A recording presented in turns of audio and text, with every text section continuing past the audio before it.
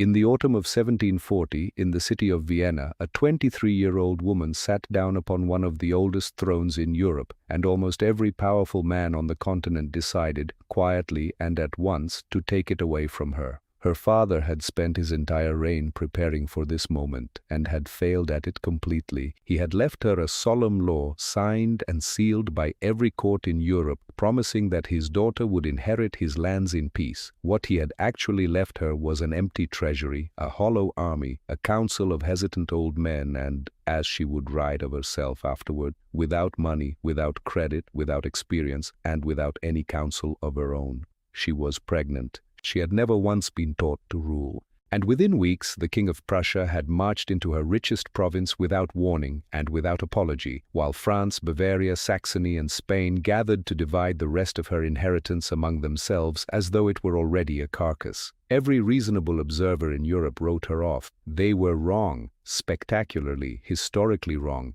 because the young woman they had dismissed would rule for the next 40 years.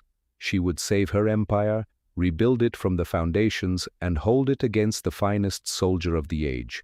And history would give her a warm and gentle name, the mother of the nation, the matronly empress of 16 children, kindly and pious and beloved. That legend is real. It is also less than half the truth. The same woman was one of the hardest and most calculating rulers of her century, an iron absolutist whose severe faith drove real and lasting cruelty.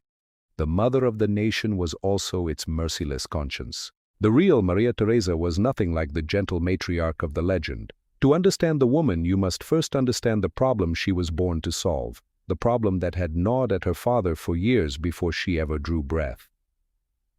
Charles VI, Holy Roman Emperor and head of the ancient House of Habsburg, ruled over one of the great inheritances of Europe.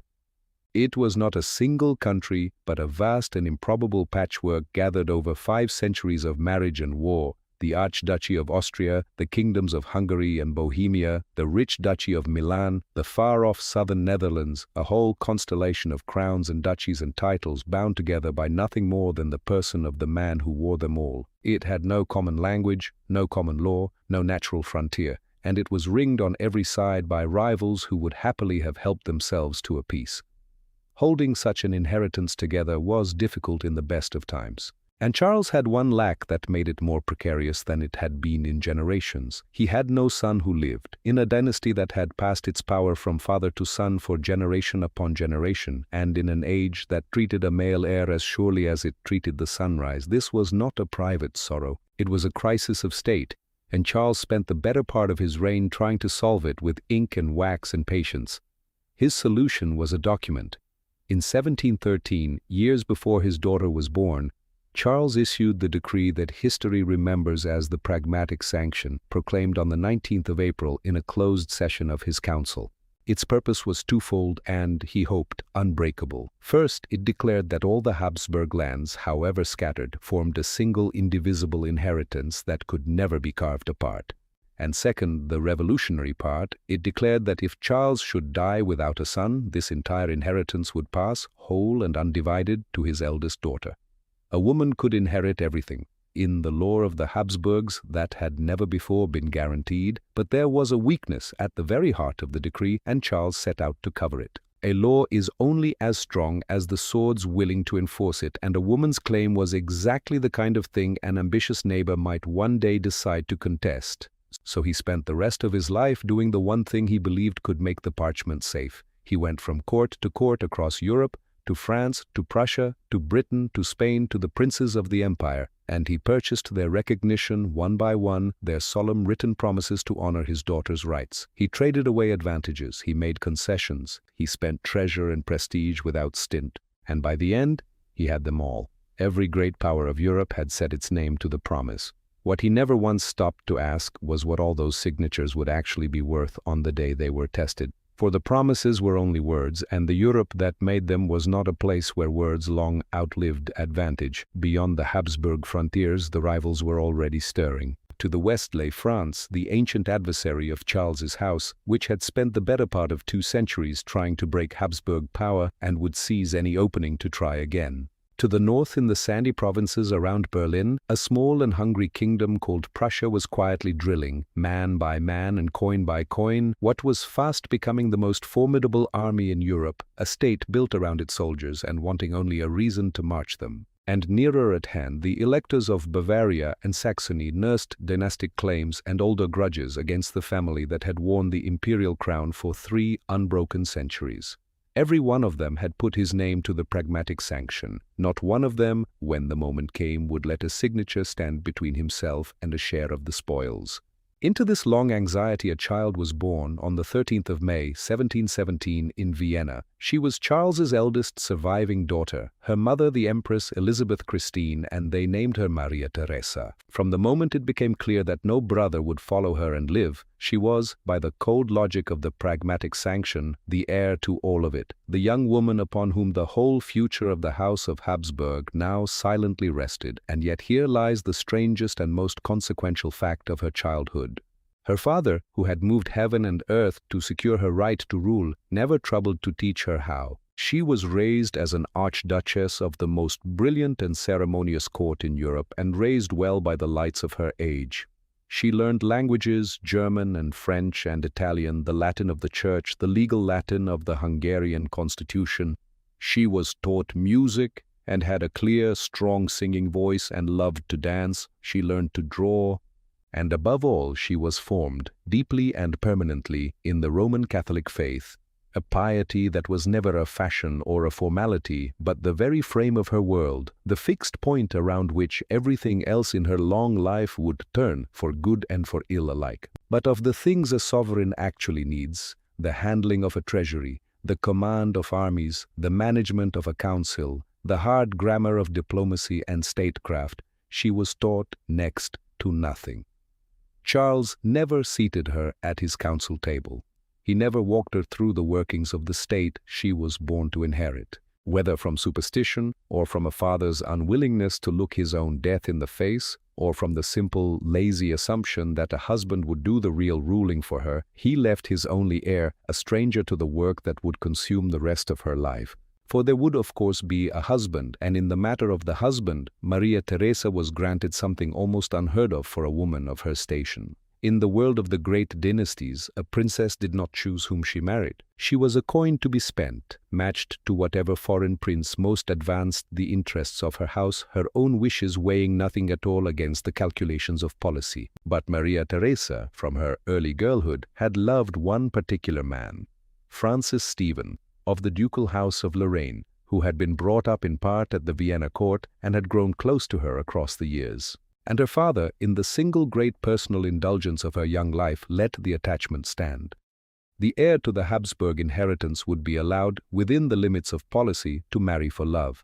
It was the one decision of her own that anyone ever permitted her to make, and so the world looked at the young Archduchess of Vienna and saw precisely what it expected to see. A pretty, devout, agreeable princess, accomplished and amiable and well-matched, who would in the fullness of time inherit her father's lands and then hand the real business of governing to the capable men around her, to her husband, to her ministers, to the seasoned counselors of a great court. She was, in the estimate of every chancellery on the continent, a link in a chain and no more than that. A decorative continuity. A woman through whom power would pass on its way to someone else who mattered.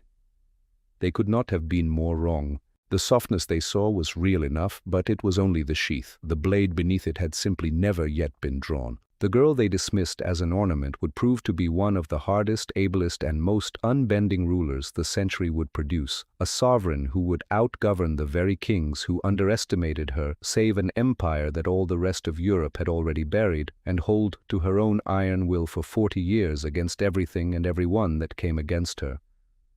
The faith they thought so mild and womanly would drive her in time to acts of real and documented severity, and the whole warm legend that would one day be built around her, the gentle mother of her people, kindly and long-suffering and soft, was even now, in these quiet years of her girlhood, being raised over a nature the world had entirely failed to read. But all of that still lay ahead, hidden, waiting on the single event that would strip away every comfortable assumption at once. The death of her father, and the arrival of the wolves. Charles spent the last decades of his life gathering signatures, every court in Europe one by one, guaranteeing on parchment that his daughter would inherit his lands in peace. He gathered whole armies of ink. What he never gathered was the one thing that would have mattered. He never taught her to rule, never sat her at the council table, never let her so much as glimpse the machinery of the state she was born to inherit. In all her young life, he granted her a single decision of her own, the choice of a husband. And in that one thing, against every cold calculation of dynastic politics, the girl who would grow into the hardest sovereign of her age did something almost no princess of her rank was ever permitted to do. She married for love. To the courts of Europe she was, in those years, a figure of promise rather than of power, the eldest daughter of the greatest house on the continent, and yet, in their cold reckoning, a creature of silk and prayer whose truest importance lay in the man she would one day marry. The crown she stood to inherit was a heavy and ancient thing, older than any single kingdom within it, and the assumption that governed every calculation made about her was simple. Whatever weight that crown carried would rest, in the end, upon a husband's shoulders. In one matter alone was the girl permitted a will of her own, and it was the matter that meant least to the chancelleries and most to her. Against every convention of her rank, she was allowed, in effect, to marry the man she loved. Francis Stephen of Lorraine had come to Vienna as a boy, sent from a small and vulnerable duchy caught between France and the German lands, and he had grown up inside the orbit of the Habsburg court under the eye of the old emperor, Charles VI, who took to him with genuine warmth. He was a companion of Maria Theresa's childhood, and by the tradition that later ages preserved, she had loved him since her early teens, a rare thing to be able to say of any dynastic match. When his father died in 1729, he became Duke of Lorraine in his own right, a reigning prince of modest lands but ancient name. For years the question of whether he would be permitted to marry the imperial heiress hung unresolved, for such a union was never a private affair. It was a matter of the European balance, to be weighed by every power that had an interest in the fate of the Habsburg inheritance. Nor was the outcome ever certain. Other matches for the heiress had been canvassed in the usual way, as such things always were. A Spanish prince among the names floated across the negotiating tables of Europe, and Francis himself was sent away for a long spell, dispatched on the customary grand tour and set to serve at a distance, kept waiting while the courts weighed whether a Duke of Lorraine could be suffered to carry off so great a prize. Through all of it, the old emperor kept his own counsel, and his daughter kept her attachment. In the end, the two of them prevailed over the colder arithmetic that would have bartered her hand for a treaty and a frontier. That the match came at last to rest on affection was a rare thing in that world, and it did not come cheaply or quickly. They were married on the 12th of February 1736 in the Augustinian church in Vienna, with all the grave pageantry that the most ceremonious court in Europe could summon. For a Habsburg heir to wed for affection rather than advantage was so unusual as to be nearly unheard of, and the marriage was remembered ever after as a love match, one of the few in that gilded and calculating world that could honestly be called so. Yet even this was not the fairy tale the legend would later make of it, for love did not exempt Francis from the arithmetic of power. The price of the marriage was his birthright. In the settlement that brought the War of the Polish Succession to a close, the great powers, France above all, refused to tolerate a Duke of Lorraine remaining astride France's eastern frontier. Francis was pressed, hard and without much ceremony, to renounce the duchy his family had held for centuries. The demand was blunt. There would be no archduchess for him without the surrender of his lands. Lorraine passed through a chain of arrangements toward the orbit of France, and in compensation Francis was promised the Grand Duchy of Tuscany, which fell vacant in 1737 when the last of the Medici died without an heir. He gave up his ancestral home to marry the woman he had chosen, and he did so with the easy, graceful pliancy that marked his whole nature.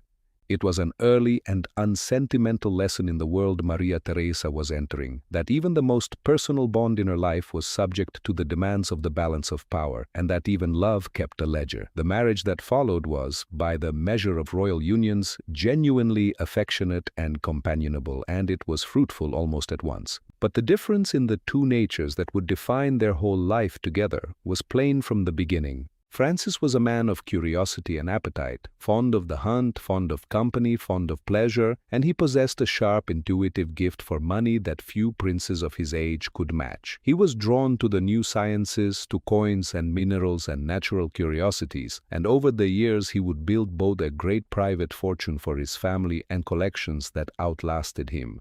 He was, in short, an able and worldly man. He was not, and never tried to be, a statesman. The driving, unresting sense of duty that governed his wife was entirely foreign to him. He was also, in the manner common among the princes of his century, unfaithful, and he did not trouble greatly to conceal it. For a woman of Maria Theresa's severe and uncompromising piety, this was a source of real and lasting private pain. That she was aware of his straying and that it wounded her is a matter of record, not of speculation. And yet her devotion to him did not waver across more than a quarter of a century of marriage. Both things were true at once, and both are documented, the husband who strayed and the wife who loved him without pause. This is stated here plainly once and as fact rather than as scandal, because it belongs to the honest portrait of the marriage and not to the gossip of it. What must be set down without ambiguity is where the sovereignty lay, for the legend has always been eager to blur it. Francis was consort, companion, and financier. He was never co-regent in the matters that decided the fate of the monarchy. The crowns were hers, the will was hers. She was the one who would read the reports of the ambassadors and study the maps of the frontiers and feel the pulse of the treasury and the army. When later ages painted her governance as a mere extension of her motherhood, the mistress of a nursery who happened also to keep a continent, they inverted the truth of the household. The ruler in this marriage was the woman, and it was so from the first day. The children came steadily, as they would keep coming for 2 decades. The first of them were daughters, and no son who would live to inherit had yet been born by the autumn of 1740, a fact of no small weight in a dynasty that had spent a generation agonizing over the succession. In time, the count would reach 16 children in all, born between 1737 and 1756. Of these, by the figures usually given, 13 survived the perils of infancy and 10 reached adulthood, though such counts vary slightly in the telling. That the early children were all daughters carried its own quiet irony, for the whole vast edifice of the pragmatic sanction had been raised precisely to answer the fear their sex revived. And old Charles, who had reordered the succession of a continent to secure his daughter's inheritance, would die in the autumn of 1740 without ever laying eyes on the grandson born to carry it forward, for the boy who would be Joseph came into the world only the following spring. Even so, the early years held an interval of something like private happiness. In 1739, the couple traveled south to Florence to take possession of Tuscany and lingered there some months, the one long journey of pleasure their crowded lives would allow them before the storm broke. Those who stood near her in these years did not describe a soft or decorative figure. They recorded a woman of formidable intelligence and immovable faith, a Catholicism that was not chiefly a source of comfort but a fortress of obligation, a conviction that her place in the world was a charge laid upon her by God and not to be set down. It gave her a sense of right as hard as iron, and it would, in the years to come, drive her to acts both great and merciless. But in the last years of her father's life, all of that was still gathered and waiting, unspent, behind the ordinary face of a young wife and mother at a brilliant court. For 4 years the arrangement held, and the court at Vienna kept up its gilded appearance of permanence. The seasons turned between the Hofburg and the summer palace at Schönbrunn, the nursery filled, and the old emperor continued to hunt and to pray and to place his faith in the signatures he had spent his reign collecting, the guarantees of the powers of Europe, gathered one by one onto the parchment of the pragmatic sanction, promising that his daughter would inherit his lands in peace. He governed still, and she was kept, as she had always been kept, at the edge of the council and outside its inner workings, permitted to observe but not to decide. What she observed was a structure resting on promises, and promises made by men who had signed them for their own convenience and would keep them exactly as long as convenience lasted. The state beneath the brilliance was hollow, the treasury drained, the army worn, the ministers grown old in the habit of obedience, and the powers that had sworn to defend it were, several of them, already sharpening the very claims those oaths were meant to bury. The idol was a surface, the fault line ran directly beneath it. For 4 years they were, by the measure of thrones, happy, the young wife with her crowns in waiting and her adored, unfaithful, easy-hearted husband, and the nursery already filling with children. Old Charles hunted and aged and went on collecting his signatures. And then, on a grey October day in 1740, the emperor came home ill from the chase, took to his bed after a supper of mushrooms, and within days was dead. And the whole of Europe turned as one to look at the 23-year-old woman who now held the entire Habsburg inheritance in her untried hands. They did not see a sovereign, they saw an opportunity. On the 20th of October 1740, the old emperor died, and the Habsburg world fell into the sudden, sharp silence that follows the passing of a long-entrenched sovereign. He had come home ill from a day's hunting, and taken to his bed after a meal that had included mushrooms. Whether those mushrooms carried the poison that killed him was said at the time and has been repeated ever since, but it cannot be stated as certain, and the cause of his death matters far less than its timing. For the ink was scarcely dry on the great power's guarantees, and the funeral rites were not yet done, when the true shape of the inheritance began to show through, hollowed out, undefended, and held together by nothing sturdier than the word of kings. Maria Theresa was 23, and she came to the throne of the Habsburg hereditary lands in her own right as Archduchess, Queen, and Duchess of a dozen realms, but not and never to the imperial title, which no woman could hold and which now lay open to contest. She had been raised for the marriage market and for the chapel, and pointedly not for the council chamber. Her father, half hoping still for a son and half unwilling to look his own solution in the face, had never once trained his heir to rule. She wrote of that inheritance afterward, about a decade later in her political testament, and the words she chose were unsparing. She had found herself, she recorded, without money, without credit, without army, without experience and knowledge of her own, and finally, also without any counsel. It was a retrospective judgment, written by a ruler looking back on the worst hour of her life, and it was very close to the literal truth. The treasury was not merely low, it was effectively empty, drained by the long Turkish wars of the previous reign, by the War of the Polish Succession, and by the ruinous sums Charles had paid out across 2 decades to purchase the very signatures that were now proving worthless. The army that had once been the pride of the Danube was scattered, underpaid, and led by aged veterans of campaigns long finished. Only the year before her accession, a war against the Ottoman Turks had ended in humiliation and the surrender of Belgrade, a defeat that laid bare how far the old Habsburg army had fallen from the terror it had been a generation earlier under Prince Eugene. The instrument her father left her was not merely small, it was dispirited, ill-paid, and out of date. And the ministers of Vienna were, in the main, tired men who had spent their lives waiting for instruction and now found themselves adrift. It was a monarchy of parchment, vast on the map, fragile in the fact. To understand why the parchment failed, one must understand what the pragmatic sanction had actually been. Charles VI had no living son, and by the older law of his house, the daughters of his elder brother, the late Emperor Joseph I, would have stood ahead of his own. So Charles had spent his reign reversing that order on paper, decreeing that the Habsburg lands were indivisible and would pass, failing a son, to his own eldest daughter, and then spent still more of it, and vast treasure besides, persuading the courts of Europe to sign their names beneath his decree. Prussia had signed, France had signed, others had signed in their turn. But a signature is not a soldier, and beneath the signatures the old claims had never truly died. Joseph I's 2 daughters had married the electors of Saxony and of Bavaria, and those 2 princes had never forgotten that their wives' birthright had been signed away to make room for the girl now on the throne. Charles Albert of Bavaria pressed his claim further still, reaching back 2 centuries to the testament of an earlier emperor to argue that the whole inheritance was rightfully his. The guarantees Charles had bought were, to the men who had given them, worth exactly what they now judged them to be worth, which, with the old emperor in his grave, was nothing. The first blow fell from the north, and it fell with the cold, calculated precision that would mark the whole of the struggle to come. Frederick II of Prussia had inherited his own throne only months before, in the spring of 1740, a young king with a name for wit and philosophy and an ambition that ran colder and deeper than either. In December, he turned towards Silesia, the richest, most industrious, and least defended of all the Habsburg provinces, and he did not trouble with the slow forms of diplomacy or the courtesy of a declaration. He simply marched his infantry across the frontier in the dead of winter.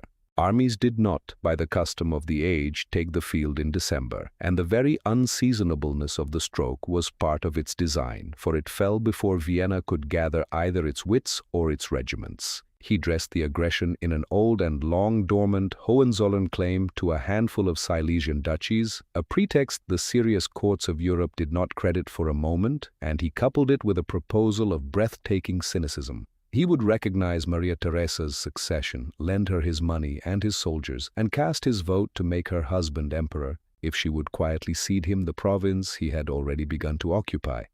It was the first collision of the two sovereigns who would define one another for the rest of their lives, the dark mirror and its subject, the aggressor and the defender, the skeptic and the believer. Frederick took the measure of the young woman in Vienna and judged her a creature of sentiment who would grasp at his offer of protection to save what remained. He judged wrong. In the seizure of Silesia he had, without intending it, handed her the single defining purpose of her reign. For the province he tore away in the first weeks of her rule became the wound she would refuse to let close, the theft she would spend the rest of her life laboring to undo.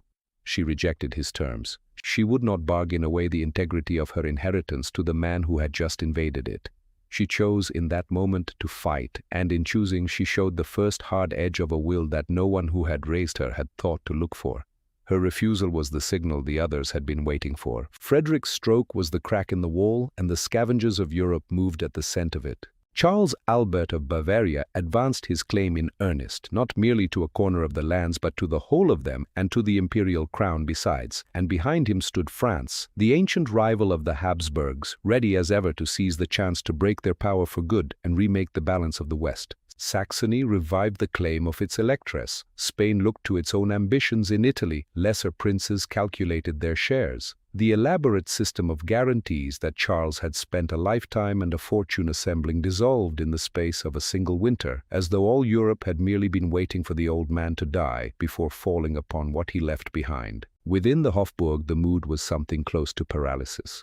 The elder ministers, her father's men, murmured of compromise, of partition, of yielding Silesia to buy Frederick off and salvage what could be salvaged. They looked at the young woman before them, newly widowed of her father's protection, carrying the child who would be born the following spring as the long-awaited son Joseph, ruler of an empty treasury and a phantom army, and they saw a disaster to be managed by surrender. They had not understood that the archduchess they had helped keep in ignorance of the state was, in the crisis, something they had never troubled to imagine, a sovereign with a capacity for command.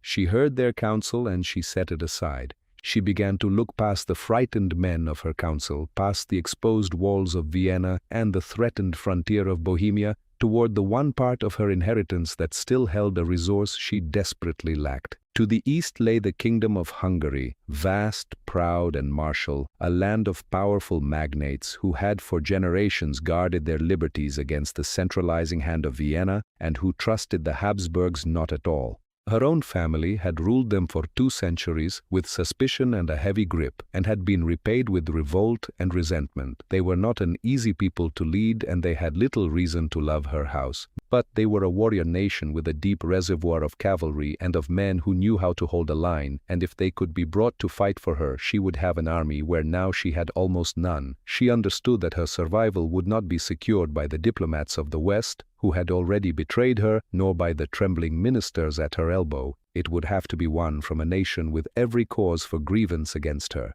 and won not by pleading but by meeting them as their own. Through that winter, while Frederick tightened his grip on Silesia and the Bavarian armies began to stir, she set herself to study the customs, the constitution, and the fierce temper of the Hungarian nobility. She grasped at once the distinction on which everything would turn, that in the ancient law of that kingdom the ruler was not a queen but a king, a rex, and that the coronation there was no mere pageant but the very binding of the ruler to the ruled.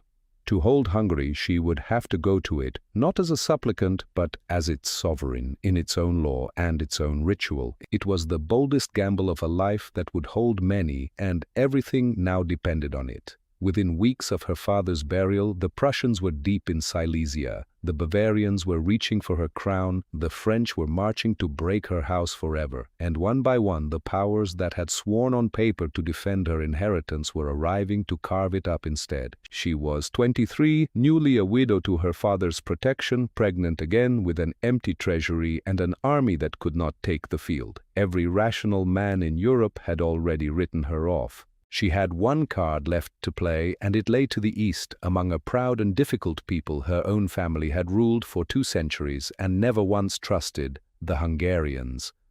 On them now everything would depend.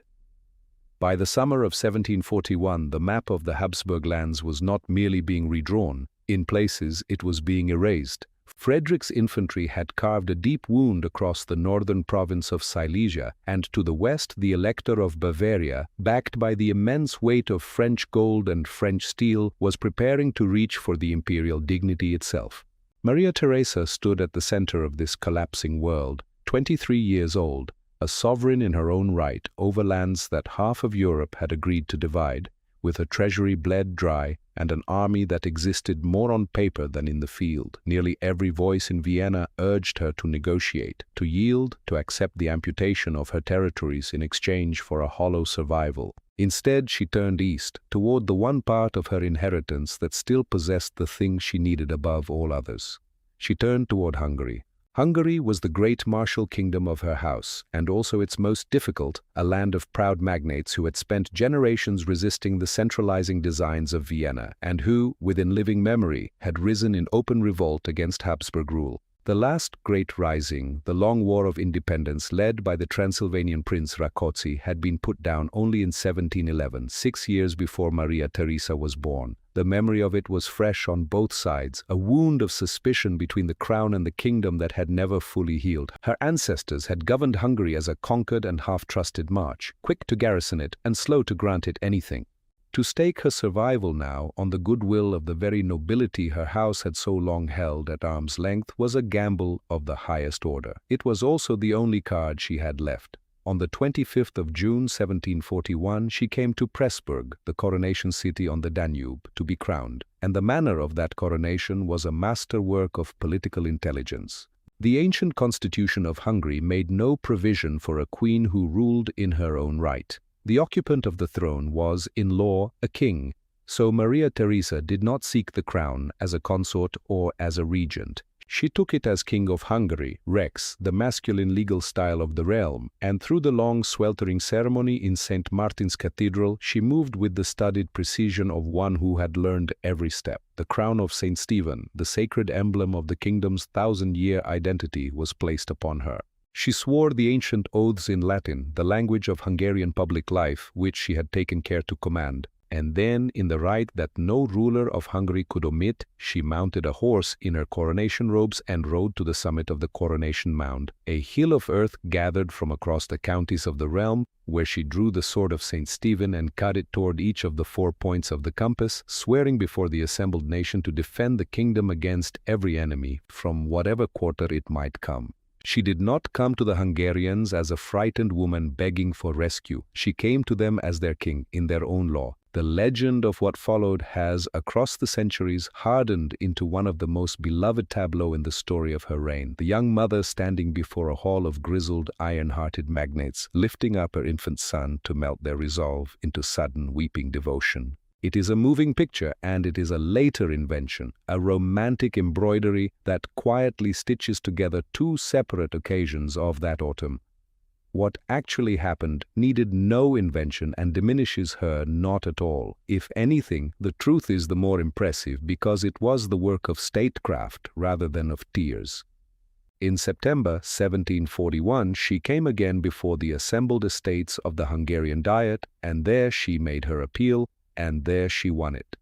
She addressed the estates with a gravity that belied her years, laying before them the peril of the realm in the Latin they knew, for Latin in Hungary, almost alone among the nations of Europe, remained the living language of law and assembly, the common tongue of a realm of many peoples, and she had taken care to command it. On the 11th of September, the Diet pledged its support, and the pledge came down through history in a single Latin cry, Vitam et sanguinem pro rege nostro, our life and blood for our king. The fuller form the tradition preserved ran moriamur pro rege nostro Maria Theresia, let us die for our king Maria Theresa. The Latin word is rege, the word for a king, and it is not an accident of grammar to be smoothed away in translation. It is the whole legal heart of the moment. They swore themselves to her as their king, the lawful head of their state, and in doing so they bound the ancient constitution of Hungary to the cause of a young woman whom the rest of Europe had already condemned. As for the infant Joseph Thas, born only that spring, the long-awaited son and heir, he did enter the story that month, but not as the centerpiece of any tearful bargain. The formal presentation of the child to the estates took place 10 days later, on the 21st of September, a separate and more ceremonial act meant to fix the loyalty of the magnates upon the dynasty's future. To fold those two occasions into a single tear-streaked scene is to trade the harder and truer thing for the softer and falser one. She did not win an army by holding up a baby. She won it by doing the work, by learning a proud people's law and custom, by meeting them as their sovereign, and by offering them at last what her ancestors never had. For that was the substance of the bargain, and it was a substance of hard concessions and not of sentiment. She confirmed the liberties and privileges of the Hungarian nobility, including the exemption from taxation they prized above all else. She assented to the laws the Diet laid before her, which bound her to govern Hungary as a free kingdom under its own constitution and its own men, and not to rule it from Vienna as one more absorbed province. She saw the kingdom's highest office filled again, its palatine, the greatest dignity of the realm, the nation's own representative before its king, restored to its place. She gave the magnates, in short, the recognition and the respect that a century and more of Habsburg rule had withheld. And in return they voted her the insurrectio, the ancient obligation of the nobility to rise in arms for their king, and with it the manpower that let her keep fighting. From Hungary and its borderlands came the light cavalry, the hussars, and the hardy irregulars of the military frontier, the Grenzer of the Croatian marches, and these troops, swift and all but impossible to pin down, would carry the war deep into the enemy's country, harrying his supply lines and his rest, until the Austrian light horse became a byword and a dread across Europe.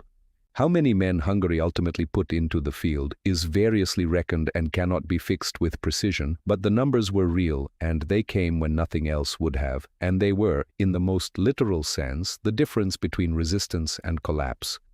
Here, more perfectly than anywhere in her early reign, the two faces of Maria Theresa overlapped and became one. The legend remembers the tears, the record remembers the concessions. The legend gives us a mother throwing herself upon the chivalry of hard men. The record gives us a clear-eyed ruler striking a firm and durable bargain that saved her state. And the point that matters is that both were real and both were the same act. Her courage in going to Hungary at all, alone and all but beaten, was genuine. So was the cold intelligence with which she calculated exactly what she must surrender to gain what she needed. She understood, as her father never had, that a monarchy was not a fixed possession to be held by ancient right, but a living thing that had to be fed by political exchange, and she paid the price without flinching, because the thing she bought with it was survival. The bond she forged with the Hungarian nobility in that autumn would hold for the rest of her long life. Yet a levy is not a victory, and an oath is not a battlefield won. Even as the Hungarian horsemen mustered, the wider war ground on against her, and it ground hard. Out in the west, her enemies pressed deeper into the heart of the monarchy. Bohemia, the ancient jewel of her crown, lay exposed, its capital would soon fall, and the Elector of Bavaria was no longer merely a claimant, but a rival monarch standing on the very threshold of the imperial title, carried forward on the full weight of the French war machine. That very autumn, a Franco-Bavarian army had driven so deep toward the Danube that Vienna itself held its breath. Only when the invaders turned aside into Bohemia to seize Prague and take the Bohemian crown was the capital spared the siege it feared. She had transformed herself in the eyes of her most difficult subjects from a foreign archduchess into their king, and she had done it faster than anyone had believed possible. But the transformation had bought her only the means to go on fighting, not the fighting's end. The triumph at Pressburg was the first move in a game that would consume the next 8 years of her life, and the board was still crowded with enemies who fully expected to win. So she gave the Hungarians what her ancestors never would: their liberties, their pride, a king who came to them in their own law and their own ritual. And they gave her, in return, the thing she needed more than any tearful legend: soldiers. It was not a miracle worked by a mother's tears. It was a hard bargain, struck by a very clear-eyed young woman who had learned, faster than anyone thought possible, exactly how power was bought and sold. But an oath of blood is not a battle won, and a levy of horsemen is not yet a victory. Out in the west, the war was already going against her. Prague had fallen, the Bavarian was reaching for her father's imperial crown, and the real fighting, the long and grinding years of it, had only just begun. The war that opened in the winter of 1740 was not, at its heart, a contest for a strip of territory or a point of dynastic honor. It was a test of whether a young woman could hold together an inheritance that half of Europe had already agreed to divide. The powers that had put their names to the pragmatic sanction, the legal bedrock of Maria Theresa's legitimacy, had watched her father die and decided that their ink was as brittle as his bones. Frederick of Prussia had struck the first blow, but he was only the herald of a general dismantling. Behind him, the great engines of European ambition engaged in turn. France, the eternal rival of the House of Habsburg, saw in the young sovereign's weakness the long-awaited chance to break the power that had encircled the Bourbons for 2 centuries. Bavaria and Saxony saw a throne their own houses might at last inherit. Spain saw duchies in Italy to be won for its princes. The war would come to be called the War of the Austrian Succession, and it would last 8 years. Its theater spread until it touched nearly every frontier of the continent and spilled beyond the oceans. Armies marched in the plains of Silesia and the hills of Bohemia. They fought across the flat, waterlogged lowlands of the Austrian Netherlands and up and down the sun-struck provinces of Italy, and at sea and in the distant colonies the struggle merged into the long global rivalry of Britain and France. For against the coalition that gathered to partition her, Maria Theresa was not entirely alone. The maritime powers, Britain above all, and to a lesser degree the Dutch Republic, had their own reasons to fear a France made supreme on the continent, and they came to her side with the one commodity her treasury could not supply: money. British subsidies helped keep her armies in the field, and an allied force of British, Hanoverian, and Austrian troops, raised in defense of the Pragmatic Sanction, and known for that reason as the Pragmatic Army, took the field in the west. In Italy, too, she found a partner where she needed one, for the King of Sardinia feared the swelling of Bourbon Spain within the peninsula as much as she did, and the 2 crowns made common cause to hold the Spanish and Neapolitan armies at bay across the passes and rivers of the north. It was a war fought, in the end, on half the frontiers of Europe at once, and she was forced to weigh every one of them against a treasury that could never hope to pay for all. Her alliances were as much a matter of survival as her soldiers were. The early blows fell against her. In the spring of 1741, in the first great battle of the war, the Prussians met an Austrian army at Mollwitz in Silesia and held the field, a victory that confirmed Frederick's grip on the province and, more damaging still, advertised to France and Bavaria that the Habsburg monarchy could be beaten. Emboldened, the coalition drove into the heart of her lands. By the autumn, the combined weight of French, Bavarian, and Saxon arms had pushed into Bohemia, and Prague, the ancient jewel of her Bohemian crown, fell to them. The Elector of Bavaria had himself crowned King of Bohemia in the captured city. The prestige of the House of Habsburg, built up over 3 centuries, seemed to be draining away by the week. Then came the deepest humiliation of all. In January 1742, the electors of the Holy Roman Empire, bowing to the shifting balance of power, passed over the husband of Maria Theresa and bestowed the imperial crown upon Charles Albert of Bavaria, who took the style of the Emperor Charles VII. For the first time in more than 3 centuries, the title that had become almost synonymous with the Habsburg name rested on the brow of a rival, a man who had built his claim upon the ruin of her inheritance. It is worth stating with care what she had, and had not, lost. She could never have held that crown herself. The imperial dignity was elective, and by the iron law of the empire it could not pass to a woman. It had never been hers to lose, but her house had worn it for generations, and now it had been carried off to Munich by an enemy, and the loss of it was a wound to the dynasty's standing that no appeal could quickly heal. She did not despair, and she did not sue for terms. She grasped, as clearly as any prince of her age, the distinction between the shell of a title and the substance of power, and she understood that while the imperial style had gone to Munich, the strength of the monarchy remained anchored in Vienna, in her own person and her own crowns. She rallied her supporters, squeezed every florin of credit from her loyal provinces, drew on the Hungarian levy she had so lately won, and unleashed an army hardened by the very defeats it had suffered. And the tide slowly began to turn. In one stroke of irony that the courts of Europe did not miss, an Austrian army under one of her generals swept into Bavaria and occupied Munich, Charles Albert's own capital, on the very day, in February 1742, that he was being crowned emperor far to the west. The title sat in one city, the power moved in another. The recovery once begun gathered force. Rather than fight Prussia and the Franco-Bavarian coalition at once, Maria Theresa made a hard and deliberate choice. She bought Frederick out of the war.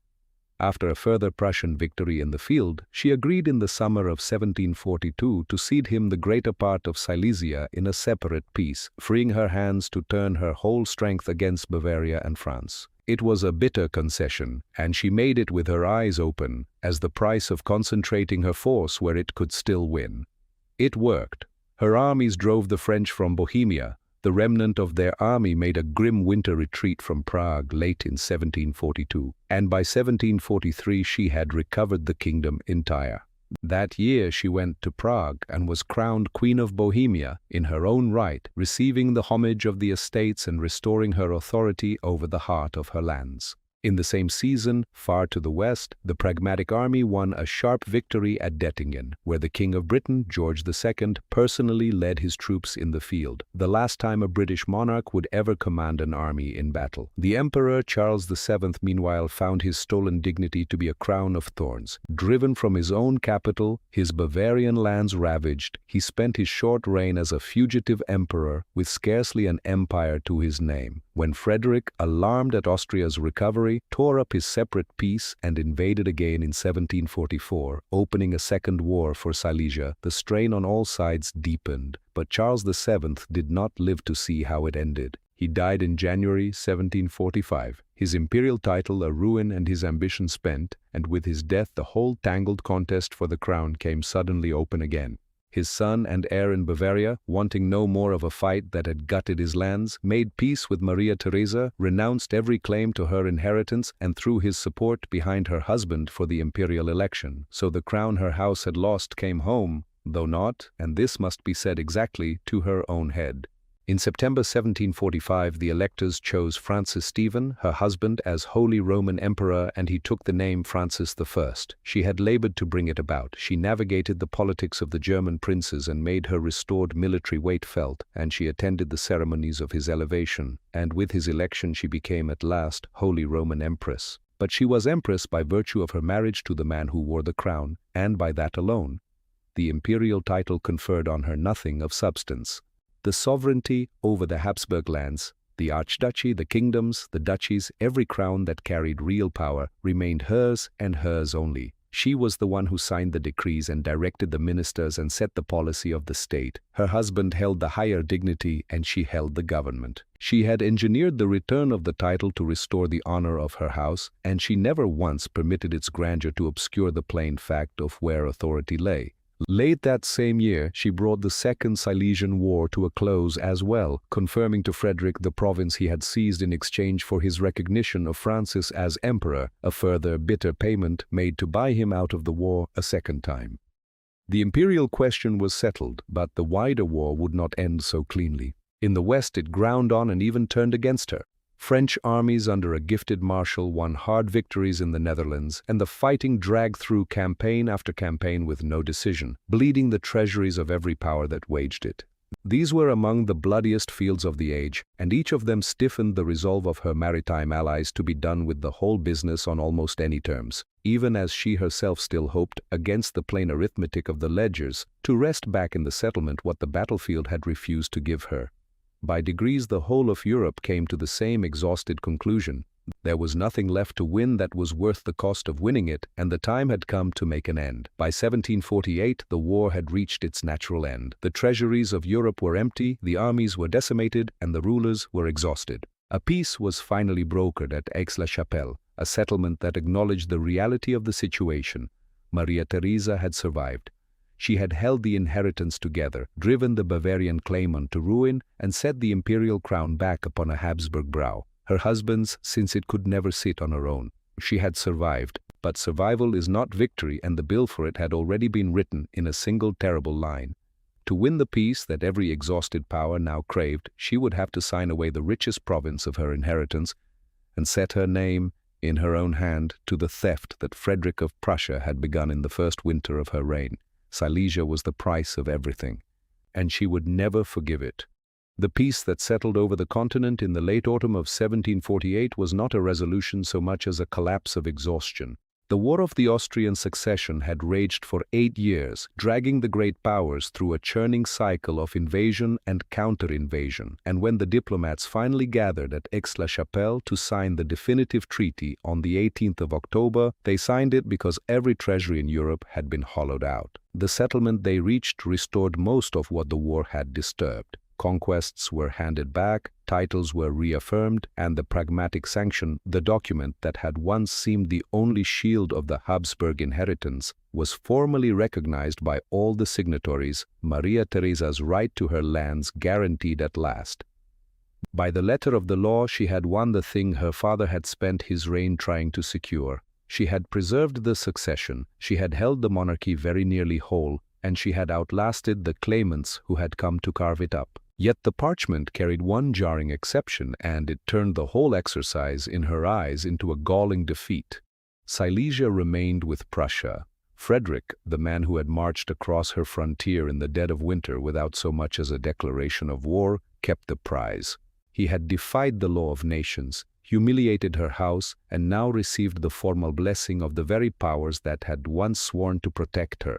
The treaty made his theft lawful and permanent in the same breath that it guaranteed her the rest. Elsewhere, the peace was a great undoing of the war's own exertions. The powers handed back their conquests almost everywhere. France restoring to Britain the trading port it had taken in distant India, Britain returning to France the great fortress it had seized across the Atlantic, so that after 8 years of slaughter across 3 continents the map stood very nearly where it had begun. Contemporaries mocked the settlement as a peace that decided nothing. An exhausted truce got up in the robes of a treaty, and in the largest sense they were not wrong. Nor was Silesia the only loss written into it for her. In the south, the Italian duchies of Parma, Piacenza, and Guastalla were signed away to a Spanish Bourbon prince, a further paring of the inheritance. But it was Silesia that was the wound, and it was Silesia that would not close. To understand why the loss cut so deep, one must understand what Silesia had been to the monarchy. It was no distant borderland to be mourned and forgotten. It was among the richest and most productive of all the Habsburg provinces, a landscape of linen mills and weaving towns whose cloth was traded across Europe, of iron and coal and the mines of its uplands, of fertile plains, and a dense and industrious population reckoned, by the figures usually cited, at well over 1 million souls. It contributed a share of the crown's revenues and manpower out of all proportion to its size. To lose it was to suffer a financial blow that weakened the state for years, and it was to alter permanently the balance of power within the German world. A rising, aggressive, and disciplined Prussia had seated itself at the table of the great powers on the strength of what it had torn away, and the long rivalry of Vienna and Berlin that would shape the next century of German history had been set in that moment upon its course, and the injury was strategic as well as material. With Silesia gone, Prussian power now pressed directly against Bohemia and Moravia and the northern approaches to the Habsburg heartland. The roads that ran in the end toward Vienna itself lay more open than they had in generations. She had lost a province of looms and mines and taxpayers. She had also lost a shield. The manner of the peace made the injury sharper still. Maria Theresa had not been beaten to the peace table alone. She had been pressed to it by her own allies. The maritime powers, Britain foremost among them, had their own interests to consult, colonial and commercial, and when those interests were served, they were ready to make an end, whatever it cost the ally whose cause they had been subsidizing. She came away from Aix-la-Chapelle convinced that Britain had spent her, used her war for its own purposes, and then bargained away her province to close its ledgers. That conviction did not fade. It hardened into a settled distrust of the alliance she had leaned on, and in the years to come, it would drive her and her ministers to a wholesale reappraisal of whom Austria could count as a friend, a reappraisal that would, in time, turn the map of European alliances upside down. Already her sharpest young ministers were beginning to argue the once unthinkable case, that the true and lasting danger to the monarchy was no longer the old enemy France but the new enemy Prussia, and that to master the one, Austria might have to reach out its hand to the other. The seed of that reversal was planted in the bitterness of 1748, and over all of it stood Frederick, the architect of the loss, and her exact and total opposite. Where she was rooted in the ancient obligations of the church and the dynasty, he was a creature of the new age, a skeptic who wrote his books and letters in French, corresponded with the philosophers, mocked the pieties she held sacred, and governed his lean, hard state as its self-styled first servant. He derided her government as a relic of a dying order, and he commanded an army that moved with a precision and a speed her own generals had struggled even to comprehend. To look at Silesia was to look at a stolen fragment of the duty she believed God had laid upon her. To look at Frederick was to look at the man who had proved to all of Europe that her great inheritance was, for all its size, a fragile and antique thing. The warm legend that later ages built around her would have had her content with survival, the house saved, the inheritance held, the husband at her side, and the children filling the nurseries of Vienna. Many around her counseled exactly that. The old ministers of her father's court, the weary diplomats, even her husband, urged caution. The peace was precious. Prussia was a fact one must learn to live beside, and the cost of trying to take the north again would be a ruinous war the monarchy could not bear. They urged her to turn to the quiet administration of the lands she still held, and to the settled dignity of a sovereign who had done enough. But those who offered such counsel had not understood the woman the last 8 years had made. The untrained girl of 1740, kept in ignorance of the state, was gone. In her place stood a ruler who had learned the unforgiving lessons of the battlefield and the chancellery at the hardest possible school. She signed the peace. She did not accept the loss, and here the record must be allowed to speak in place of any invented emotion, for she left no theatrical lament and needed none. The proof of what Silesia meant to her is written in what she did with the rest of her life. From the peace of 1748 onward, the recovery of that one province became the organizing purpose of the Habsburg state, of her diplomacy, her alliances, her army, her treasury, and the vast work of reform she was about to begin. For 15 years, nearly every great decision of her reign bent, in the end, towards Silesia. The policy was the vow. What she did in the quiet after the war was not to grieve but to audit. She examined the defeat the way a defeated general studies the field, and she reached a conclusion that was as clear as it was unsparing. She had not lost Silesia to bad luck, nor to a stroke of cruel fortune, nor to any divine test. She had lost it because her state was archaic and Frederick's was modern. Prussia was smaller than her monarchy, poorer, and far younger, and it had beaten her because it was streamlined where she was tangled, disciplined where she was slack, funded and drilled and administered from a single purposeful center, while her own dominions remained a medieval patchwork of separate crowns, jealous estates, and overlapping jurisdictions that answered to no one will. If she meant to take back what was hers, and she did mean to take it back, then no new army raised in the old way and no fresh loan pledged against the old revenues would suffice. She would have to rebuild the monarchy itself into a machine that could match the power that had humbled her. It was a resolve that would define the whole of the rest of her reign, and it marked the completion of the strangest transformation of her age. The princess who had been raised to be an ornament, trained for the chapel and the marriage market, and kept from every lever of the state, had become the most determined reformer in Europe. She had learned to fight, to bargain, and to govern in the fire of a war meant to destroy her. Now she would turn that hard-won mastery inward, upon her own inheritance, and remake it from the foundations. She saw the wound of Silesia not as a final judgment to be endured, but as a goad, a standing reminder that the world had changed, and that she would change with it or be erased. She signed. In the autumn of 1748, she set her hand to the treaty that made the theft of Silesia lawful and permanent, and she never for one day accepted it as final. But Maria Theresa did not weep over a lost province and call it fate. She studied it, the way a defeated general studies the field, and she reached a hard and clear conclusion. She had not lost to misfortune, she had lost to a better-run state. Frederick's Prussia was smaller, poorer, and newer than her own great inheritance, and it had beaten her because it was modern, and she was not. So in the quiet after the war, she set out to do the thing that would define the rest of her reign, the thing no one had ever imagined the pretty Archduchess of 1740 could do. She set out to rebuild an empire from the foundations up. The peace that followed the loss of Silesia was not a pause for recovery, but the start of a quiet, relentless revolution. Maria Theresa, having learned in the fire of war that her inheritance was not a nation but a disparate collection of fiefdoms, set out to dismantle the very structure that had left her so vulnerable.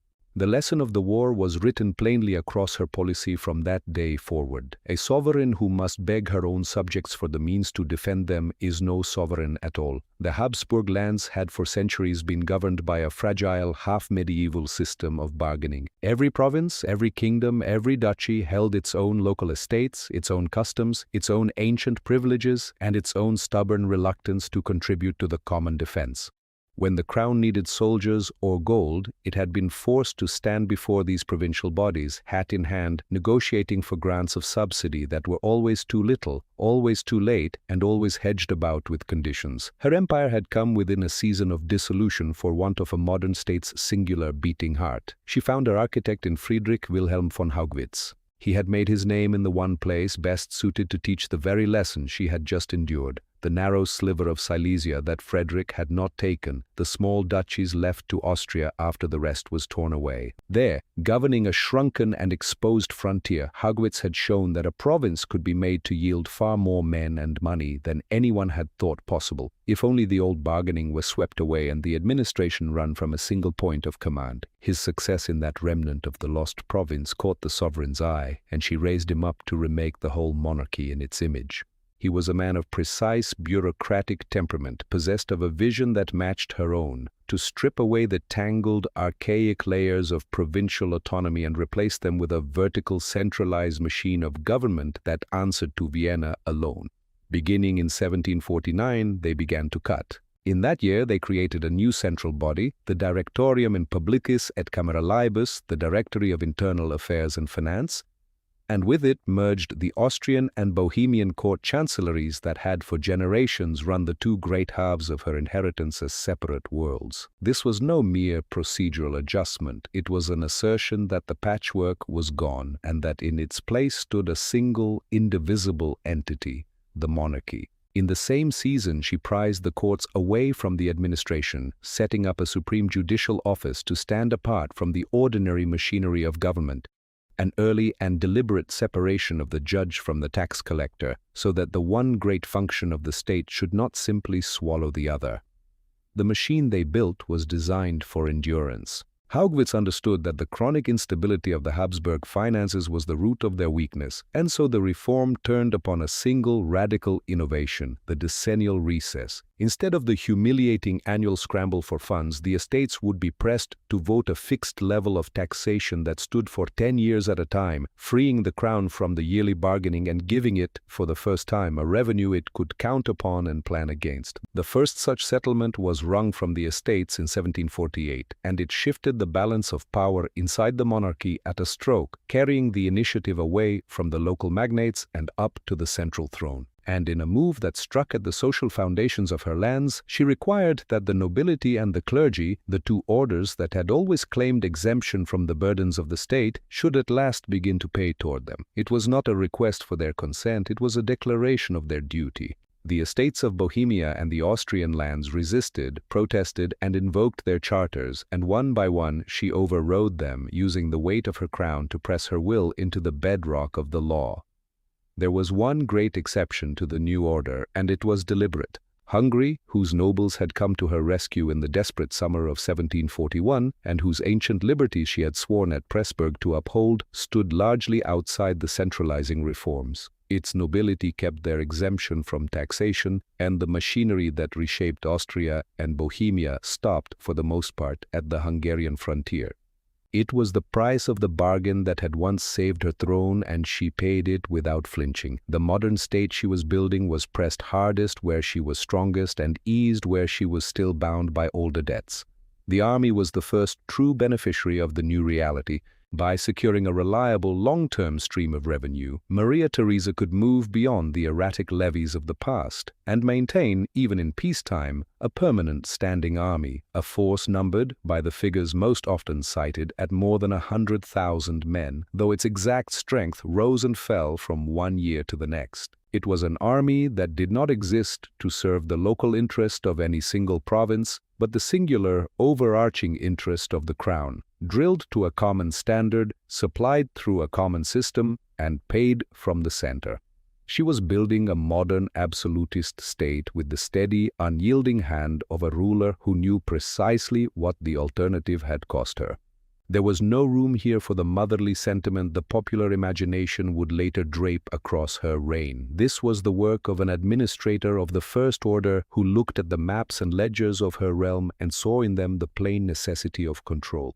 Her reforms did not stop at the tax office or the barracks. She began to reach into the very lives of her subjects with a scope no Habsburg before her had attempted. She turned to the health of her people and to the schooling of their minds, and she found her instrument in a Dutch physician, Gerard van Swieten, whom she had brought to Vienna as her own doctor and then set loose upon the institutions of the realm. Van Swieten overhauled the medical faculty of the University of Vienna, dragging the training of physicians out of the hands of the old scholastic guilds and towards something recognizably modern. He took command of the machinery of censorship, deciding what the monarchy's subjects might and might not read. And he became the presiding mind of a broad campaign to bring learning, medicine, and public order under the direction of the state. Education, which had long been the private preserve of the church or the well-born, became a project of the government. In the ignorance of the peasantry, the reformers saw not merely a social failure, but a waste of the realm's strength, and the remedy they reached for was schooling ordered from above. The great measure came later in the reign, in the General School Ordinance of 1774, drawn up for her by an abbot named Johann Ignaz von Felbiger, recruited, in one of the sharp ironies of the age, out of Frederick's own Silesia, where he had pioneered new methods of teaching. The ordinance set out a graded system across the German-speaking lands, a primary school in every parish, larger schools in the towns, and a model or normal school in each provincial capital to train the teachers who would staff the rest. It was never wholly realized. The money was thin and the resistance was wide, but the principle it announced was a revolutionary one, that the sovereign had a duty to see the children of the realm taught, and, by the very same logic, the right to reach into every village in order to do it. That reach ran further still into the oldest relations of country life. In the years that followed, the state began to interpose itself between lord and peasant, regulating through a series of patents the labor service, the robot, that the peasantry owed to the landowners on whose estates they lived. It was an act of control quite as much as of mercy, and it marked a genuine novelty in the history of her house, the central power in Vienna asserting that even the ancient bond of master and serf was, in the last account, the crown's business to regulate. She was not, however, a liberal in any modern sense of the word. She was a devout traditionalist autocrat who held her power as a divine trust, and who believed that the order she imposed was for the salvation of her people's souls quite as much as for the security of their borders. She centralized power not to liberate but to consolidate. She broke the independence of the provincial estates because they were inefficient and because they were rivals to the authority she held from God. She made the state responsible for the welfare of its subjects because a healthy, educated, and loyal population was a more effective instrument of power than a ragged and illiterate one. The system itself would be refined after Haugwitz, reworked by Kaunitz and the Council of State that grew up beside the Directorium, but its spine was hers and its logic absolute.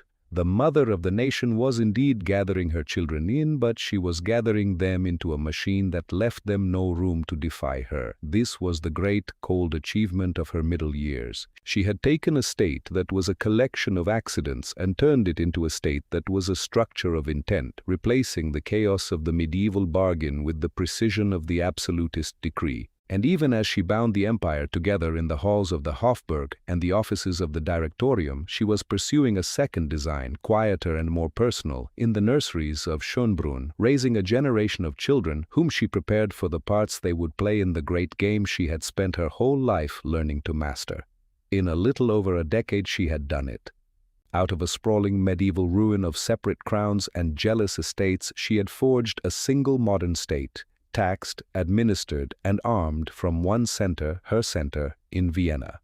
It was the true foundation of everything the legend would later praise her for, and it was not the work of a gentle matriarch, it was the work of an absolutist of formidable will who had gathered every thread of power into her own two hands. But the empire was not her only creation in those years. In the nurseries of Schönbrunn, another kind of state-building was underway, a family of 16 children, each one, in the end, a piece to be moved across the board of Europe.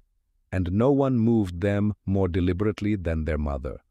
The legend of the Landesmutter, the mother of the nation, is a portrait of a sovereign who supposedly presided over the cradle with the same easy grace she brought to the council chamber. It is a comforting image, one polished by 2 centuries of romanticism until the edges of the woman have been entirely smoothed away. The truth is far more complex and far more consistent with the iron ruler who rebuilt the state. Maria Theresa did indeed bear 16 children between 1737 and 1756, 11 daughters and 5 sons, of whom 13 survived infancy and 10 reached the precarious threshold of adulthood, though the exact counts vary a little in the telling. She took a genuine, often fierce interest in their lives, their education, and their moral formation. Yet in the logic of the 18th century monarchy there was no clean line between the nursery and the state. Her children were not merely a family to be cherished, they were a diplomatic arsenal to be deployed, the vital components of a grand design to anchor the Habsburgs at the center of a newly configured Europe. She was a sovereign who treated the dynasty as the primary instrument of her power. While the kings of Europe relied upon shifting treaties and the caprice of ministers, Maria Theresa commanded a resource no other monarch could match. A generation of sons and daughters whose lives could be spent, like gold or territory, to secure the future of her house. She did not merely marry them off, she managed their placements with an intensity that bordered on the obsessive. From her writing desk in the Hofburg or the quiet of Schönbrunn, she kept up a relentless, decades-long correspondence with her children once they had been sent away to the courts of Europe. These letters were not the gentle missives of a doting parent. They were the instructions of a commander. She lectured them on their piety, their posture, their spending, and their political duties. She demanded reports on the moods of their spouses and the intrigues of their host countries, treating each child as a permanent, unpaid ambassador for the interests of Vienna. For those still under her roof, she went further, composing detailed written regulations for their upbringing, the hours of their prayers, their lessons, their reading, and their conduct, all set down and enforced, so that even the raising of an archduke was a matter of policy rather than of instinct. This was not a soft life, neither for the mother nor for the children. The marriage machine was efficient and, in its operation, often ruthless, and never more so than when death forced its hand. In 1767, the smallpox that stalked every court in Europe, and that would nearly kill the Empress herself that same year, swept through her own family and rewrote her plans without mercy. Her daughter Maria Josepha had been promised to Ferdinand, the King of Naples, to bind that Bourbon kingdom to Vienna. When the girl died of the disease before she could depart, her mother simply moved the next daughter into the empty place, and Maria Carolina went to Naples in her sister's stead the following year to become its queen. Another daughter, Maria Amalia, was married into the small but strategically placed Italian Duchy of Parma in 1769. The daughters were, in the cold arithmetic of the system, interchangeable. Where one was lost, another was set into the same slot, and the alliance went forward regardless. There was one great exception, and it proved the rule by standing alone. Maria Cristina, a favorite among the daughters, was permitted to marry the man she wished, Albert of Saxony, for something like affection rather than pure advantage, and was rewarded besides with a generous settlement and a governorship. No other child received such indulgence, and the favoritism was a source of lasting resentment within the family, a reminder that the Empress's maternal heart was not a neutral force, but one that could be as exclusionary as it was protective. For the rest, there was no such license. The duty of a Habsburg child was to be the mortar that held the balance of Europe in place, and the sons were bound by it no less than the daughters. Even the heir, Joseph, was married first to Isabella of Parma, whom he came to love and who died young, and then, for the good of the alliance system, to a second bride he could not abide. His brothers were placed in their turn into Italy and into the church, so that Habsburg blood ran through Tuscany, through Modena, and into the electorate of Cologne. The whole generation was arranged across the map like pieces set out before a game. Not every child bore the placement easily. Maria Amalia, married into Parma against her wishes, defied her mother's instructions once she was installed there, and the breach between them never fully healed, proof that the letters of reproach which governed the family could not always bend the lives they were meant to command. The keystone of this sprawling continent-wide construction was her youngest surviving daughter, Maria Antonia. In the calculation of the Empress, this child was at once the ultimate gamble and the ultimate prize. As the century advanced, the old rivalries that had defined the Habsburg inheritance began to dissolve under the pressure of new threats, and Maria Theresa reached for a shift of tectonic proportions, a permanent alliance with the ancient enemy, the Bourbon monarchy of France. To seal that union, she gave her youngest daughter to the court of Versailles. The marriage to the Dauphin, the future Louis XVI, was the grand culmination of her strategy, a calculated commitment of a girl barely out of childhood to ensure that the two greatest powers of the continent would never again turn their swords upon one another. The transfer was conducted with all the ceremony that so weighty a stake demanded. In April 1770, a proxy wedding took place in Vienna, the bride standing for herself while the groom remained in France. And on the 16th of May, the ceremonies at Versailles completed the exchange, so that the girl who had been born an Archduchess of the Habsburgs was suddenly the future Queen of the French. Maria Theresa did not simply wave her daughter away. She continued to govern her from 1,000 miles off, bombarding the young princess with an unrelenting stream of letters, urging her to remember her origins, to carry herself with the gravity of an archduchess, and to steer her husband toward the interests of Vienna. She warned her against the frivolity of the French court, scolded her for her lack of discipline, and reminded her again and again that her first purpose was the preservation of the Franco-Austrian alliance. Nor did she rely on the girl's word alone. Her ambassador at Versailles, Count Mercy Argenteau, served as her eyes and her confidant, reporting back on the young woman's conduct in detail so that the mother's supervision could reach by proxy all the way into the palace of the Bourbons. In the Empress's eyes, her daughter was not a woman in her own right, but a Habsburg asset operating in foreign territory. This was the iron mistress of the state at work, using the most intimate bonds of human life to serve the cold objectives of a great power. She loved her children, and she loved her empire more, and she saw no contradiction between the two. The 15 years of her widowhood, which followed the sudden death of her beloved Francis, only sharpened this sense of mission. She grew more austere, more demanding, more wholly absorbed in the continuity of her work. The nursery had become, in effect, a council of state, and the children its far-flung agents. She measured their worth by their fidelity to the dynastic purpose, and she measured the success of her reign in part by the number of significant thrones on which she had managed to seat her own blood. It was a strategy of total integration, a way of ensuring that whichever way the winds of war might blow across Europe, a Habsburg would be standing there to catch them. Yet even as she moved her children across the map, she remained haunted by the same fear that had driven her father before her. She had seen the fragility of her inheritance when the wolves came for it in 1740, and she never truly trusted that the peace she had bought for her children was anything more permanent than a truce. She taught them to rule, and she taught them to be watchful. She fixed in them her own granite sense of duty, the same severe Catholicism that fueled her domestic policy and her intolerance of those outside the faith. They were raised to believe that the world was a predatory place and that the only thing standing between the House of Habsburg and extinction was their own vigilance and the strength of the alliances she had woven for them. The personal cost of this upbringing was high. Her sons, Joseph above all, chafed under the weight of her expectations and the suffocating control she exerted even into their adulthood. They were the heirs to an absolute power, and yet they were kept as subordinates to her indomitable will. She could not let go of the reins because she could not bring herself to trust that anyone else, even those of her own blood, would grip them as she did. She was the architect of their lives and the warden of their conduct at once.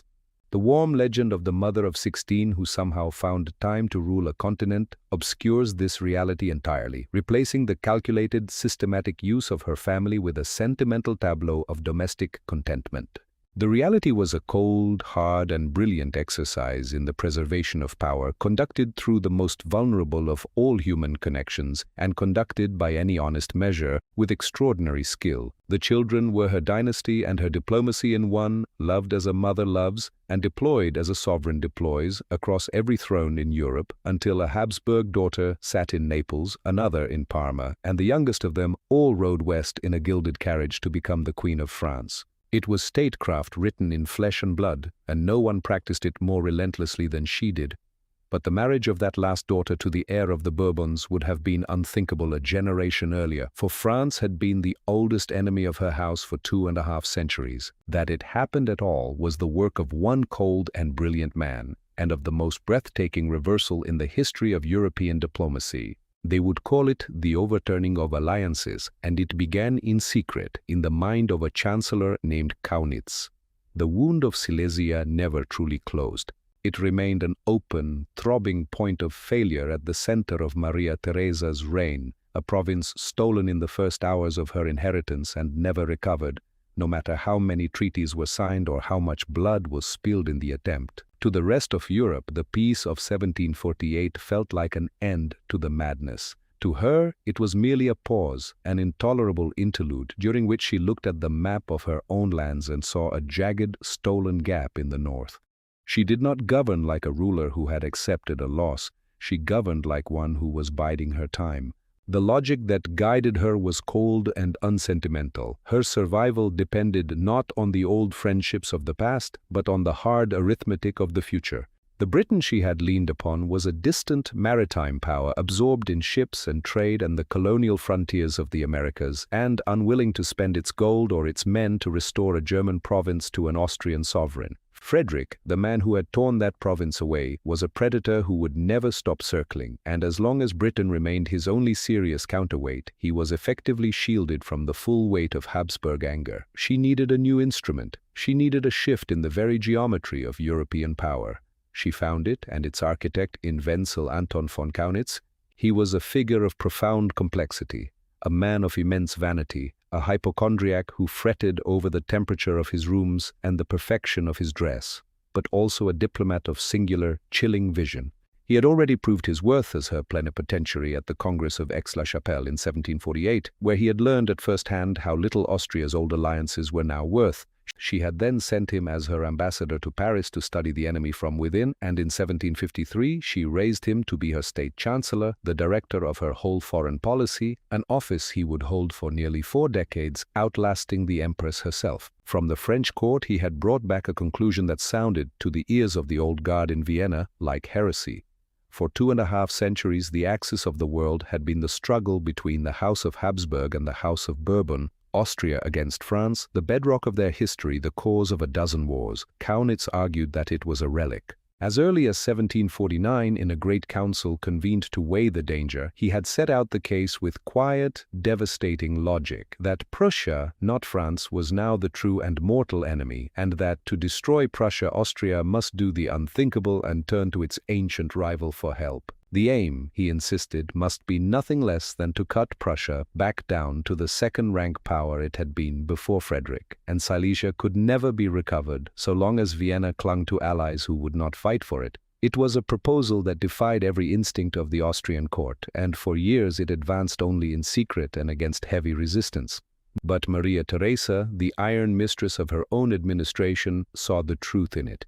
If France could be removed from the role of her enemies, If the traditional rival ceased to be a threat and became instead a partner, then the encirclement of Prussia would be complete. She gave Kaunitz her full and unwavering support, sheltering him from the objections of the traditionalists and letting him conduct the long, tortuous negotiation that would rewrite the map of Europe. The approach to Versailles was made with great delicacy, feeling its way toward the French king through the private channels of his court, through the influence of his favorite, the Marquise de Pompadour, and the diplomacy of the Abbé de Bernis, for a reversal of this magnitude could not be proposed in the open. The negotiations stretched over years and more than once seemed on the point of collapse, for the French were wary of binding themselves to their oldest enemy, and only the patient persistence of the Chancellor and the steady backing of his sovereign carried it through.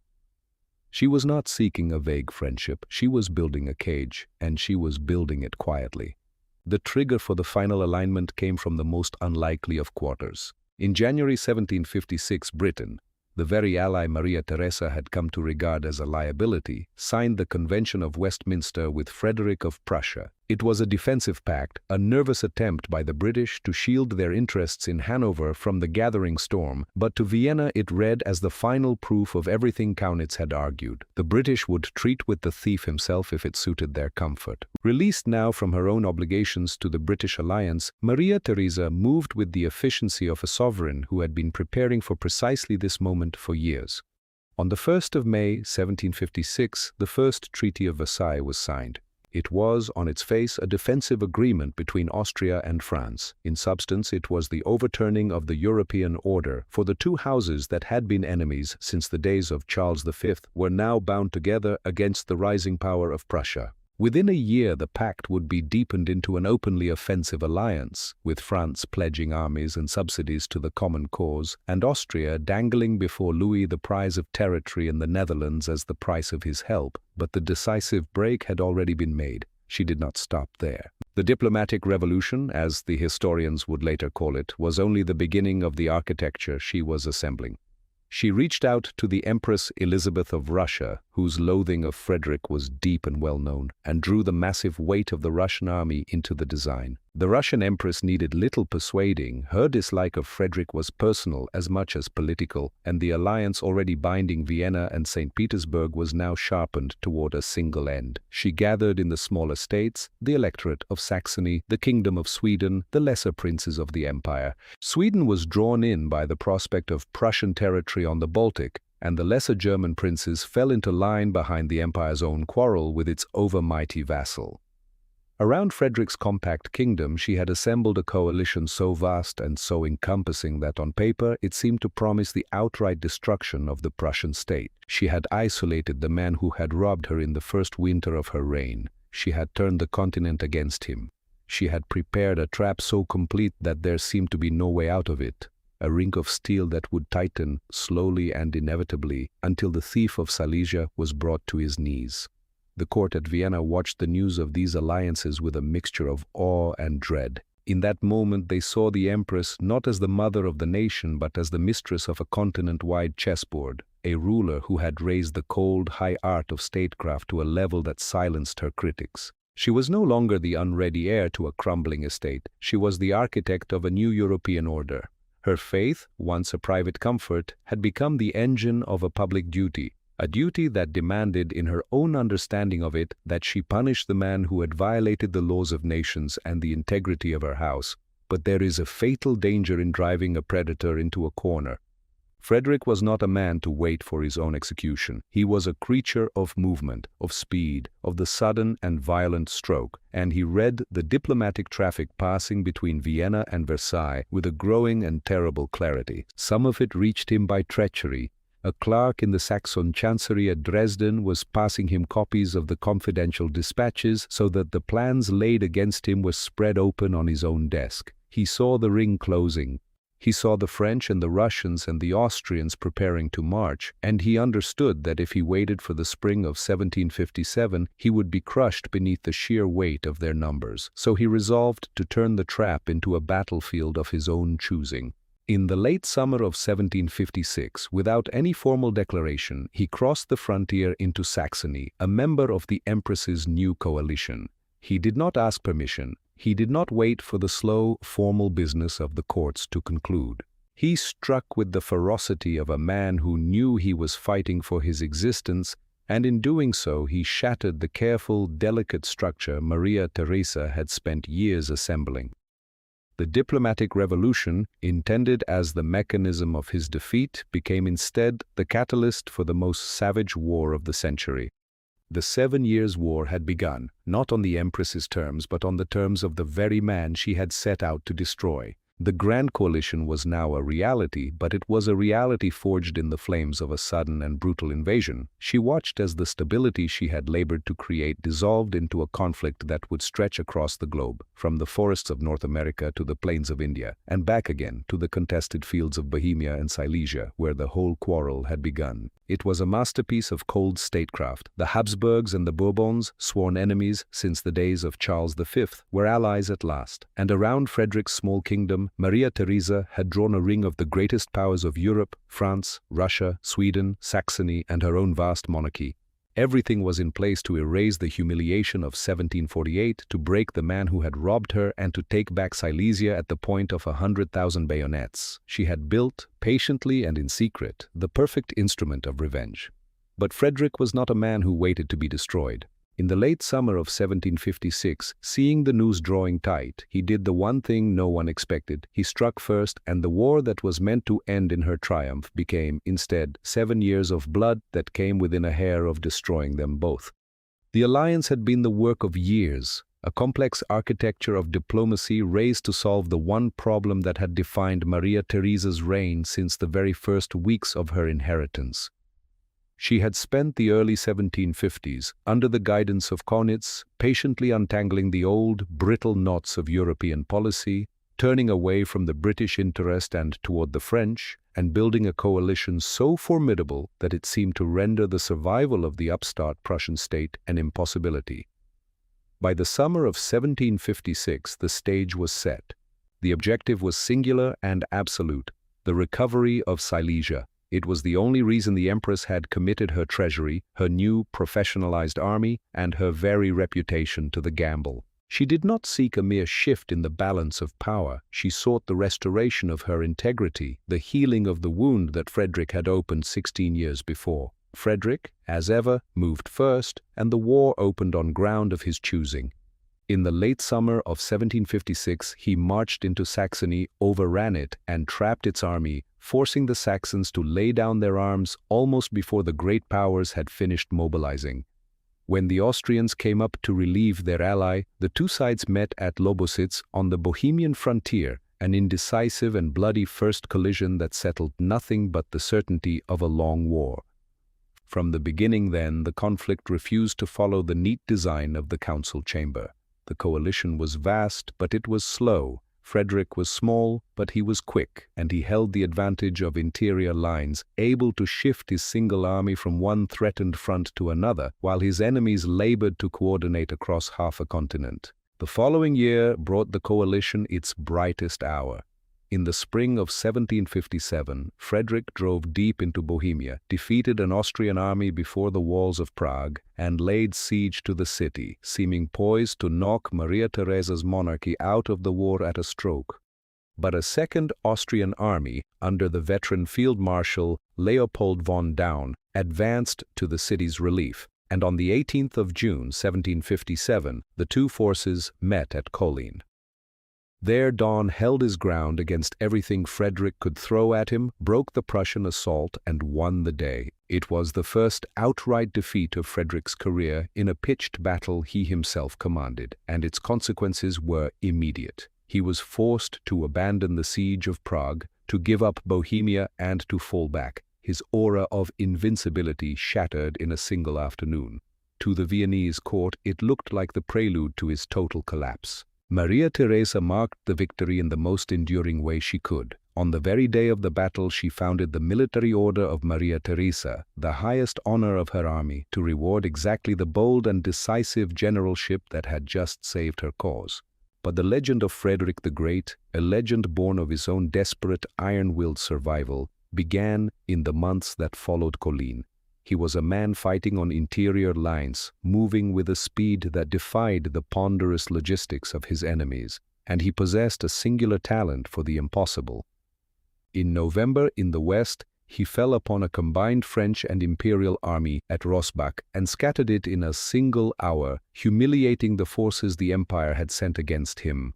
Then, wheeling east into Silesia before the year was out, he met the main Austrian army at Leuthen and destroyed it, retaking almost the whole of the province that Colin had seemed to promise back to Vienna. The two victories, won weeks apart, undid at a stroke the gains of the summer. The Austrian commander who had lost Silesia again, the Empress's own brother-in-law, Charles of Lorraine, was quietly relieved of his command, and the direction of the war passed to steadier hands to Daun and to the aggressive, gifted Ernst Gideon von Laudon. Thereafter the war devolved into a grinding, miserable cycle of attrition. It was no longer a contest of swift maneuver and decisive outcome, but a war of endurance, a test of whose treasury, whose population, and whose resolve would fail first. There were still hammer blows to be struck. In 1758, Daun surprised Frederick in his camp at Hochkirch and mauled him badly. In 1759, a combined Austrian and Russian army with Laudon on the field met Frederick at Kunersdorf and inflicted upon him the most catastrophic defeat of his life, leaving his army in ruins and the king himself, by the account of his own despairing letters written in the days that followed, convinced that all was lost. In 1760, the Allies pressed so close that Austrian and Russian raiding forces briefly entered Berlin itself, the Prussian capital, before withdrawing. Yet again and again the decisive stroke slipped away. At Torgau, late in 1760, Daun and Frederick fought a battle so bloody it staggered both armies, and still the Prussian king held the field at the end of the day. He bent and reeled and buried his dead by the tens of thousands. The casualty figures for these years are heavy and, in their particulars, uncertain, but he did not break. Maria Theresa followed the progress of these years with a focus that bordered on the relentless. Her letters to her commanders, her constant scrutiny of the state's finances, her direct involvement in the logistics of supply, all of it revealed the woman who had long since shed the character of the unready heir. She was the architect of this resistance, the one who insisted on the continuation of the struggle long after wearier counselors might have sought a compromise. She had hardened.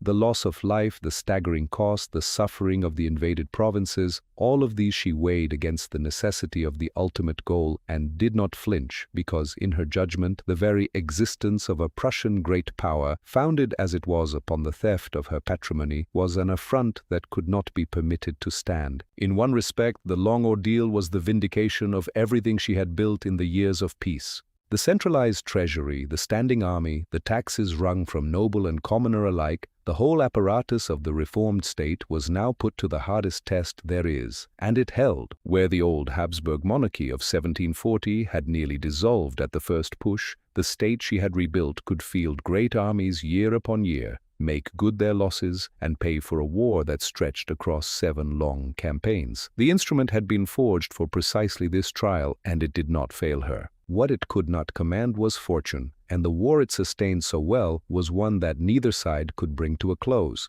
And yet, despite the superiority of her coalition and the genuine excellence of her reformed army, the killing blow never quite landed. The war drained the vitality of the Habsburg monarchy year upon year, hollowing out the treasury she had worked so hard to fill and exhausting the provinces under the endless demands of the state.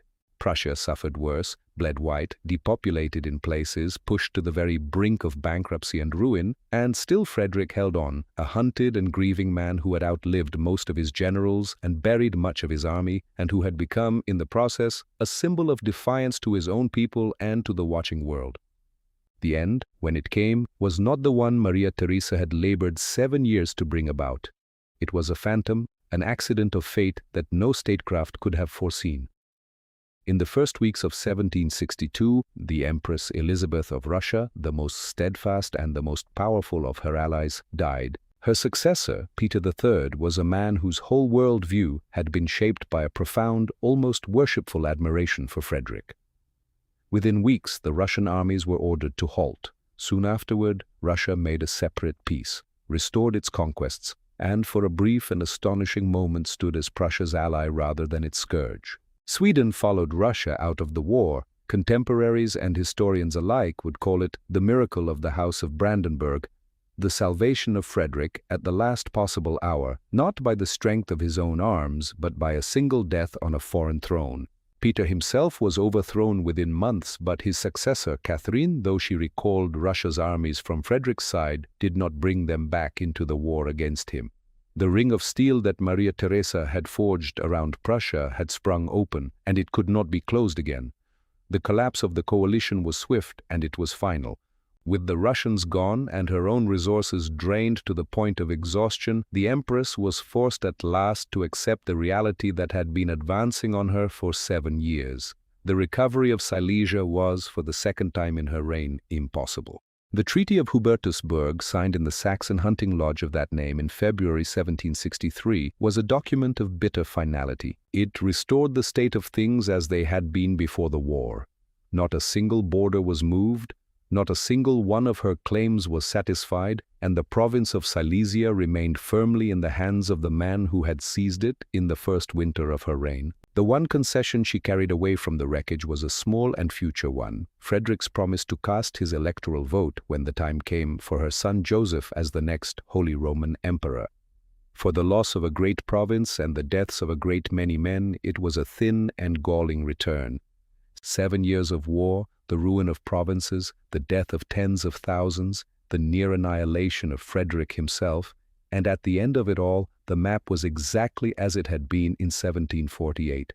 Silesia was still his. The great instrument she had built to take it back had shattered against a single stubborn man and a stroke of Russian luck, and the wound of her reign would now never close. She was in her mid-40s, and she had lost the one thing she had wanted most in all the world, twice. And so she turned away from the battlefield she could not win, and toward the one dominion where her authority was still absolute and unopposed, not the frontiers of her empire, but the consciences of the people inside it. It is here, in the years after Hubertusburg, that the hardest truth about the mother of the nation waits to be told. The warmth of the legend surrounding Maria Theresa was not a lie, but it was only ever the outer face of something far harder. To view her reign through the single lens of her maternal image is to miss the engine that drove the whole machine, a profound, uncompromising, and deeply traditional Roman Catholic faith that shaped every decree she signed. For Maria Theresa, the sovereignty of the House of Habsburg was not merely a legal inheritance secured on parchment, it was a sacred trust, and she believed that the earthly welfare of her subjects could not be separated from their spiritual unity under the one church. This was the inheritance of her house. The Habsburgs had led the Counter-Reformation in Central Europe. They had brought Bohemia and Austria back to Rome by edict and by force in the century before her birth, and they had made an almost mystical identification of dynasty and faith, a devotion contemporaries called the pietas austriaca, the peculiar Austrian piety into which she had been raised from the cradle. Tolerance, in the sense the philosophers of her own century were beginning to give the word, was to her not a virtue but a dangerous error, a crack in the moral and civil order she was sworn before God to protect. In her understanding, a divided faith was a divided state, and she saw no contradiction in being at once the loving mother of her people and their sternest disciplinarian. It would be a mistake, though, to imagine her merely the obedient instrument of her priests. Maria Theresa's Catholicism was of a peculiarly absolutist kind. She meant to govern the Church within her lands as thoroughly as she governed its armies and its treasuries. She asserted the Crown's right to oversee the traffic between her clergy and Rome, reduced the crowded calendar of church holidays she judged a drain on a working economy, and began to check the wealth of the monasteries.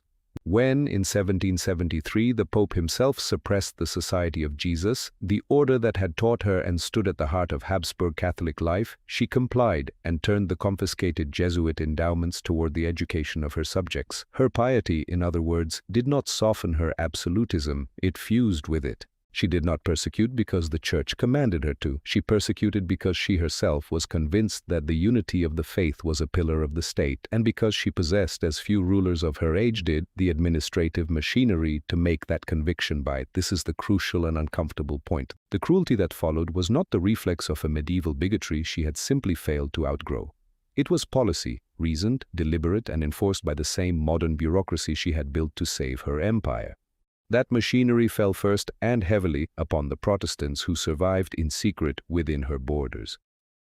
2 centuries after the Reformation, in the remote alpine valleys of Carinthia, Styria, and Upper Austria, whole communities had preserved a hidden Lutheran faith behind an outward show of conformity, reading forbidden books and passing their belief quietly from parent to child.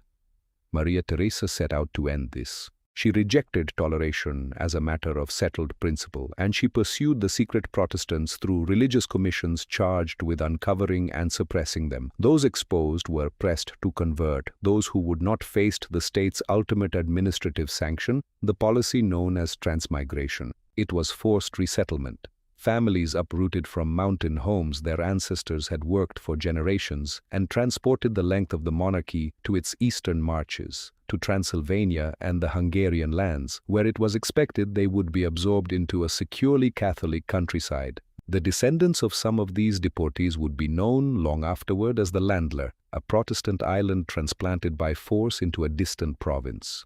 The policy had begun under her father, Charles VI, but it hardened under her. In the 1750s, one documented wave numbered around 2,600 people from Upper Austria alone, and the totals across her reign are harder to fix, the sources disagreeing. What is not in dispute is the mechanism: men, women, and children separated from their homes and their livelihoods by the deliberate act of the state for the crime of praying otherwise than their sovereign required. If the transmigration of the Protestants was a policy of slow, grinding pressure applied across decades, the treatment of the Jews of Prague was something more abrupt and more sweeping. The Jewish community of Prague was among the oldest and largest in all of Europe, and by far the largest in Maria Theresa's monarchy, a settlement of many centuries, gathered in the quarter known as Josefov, with its ancient synagogues and its crowded cemetery, woven into the commercial and cultural life of the Bohemian capital. The Habsburg state already governed its Jewish subjects through a dense framework of restriction. Under Charles VI,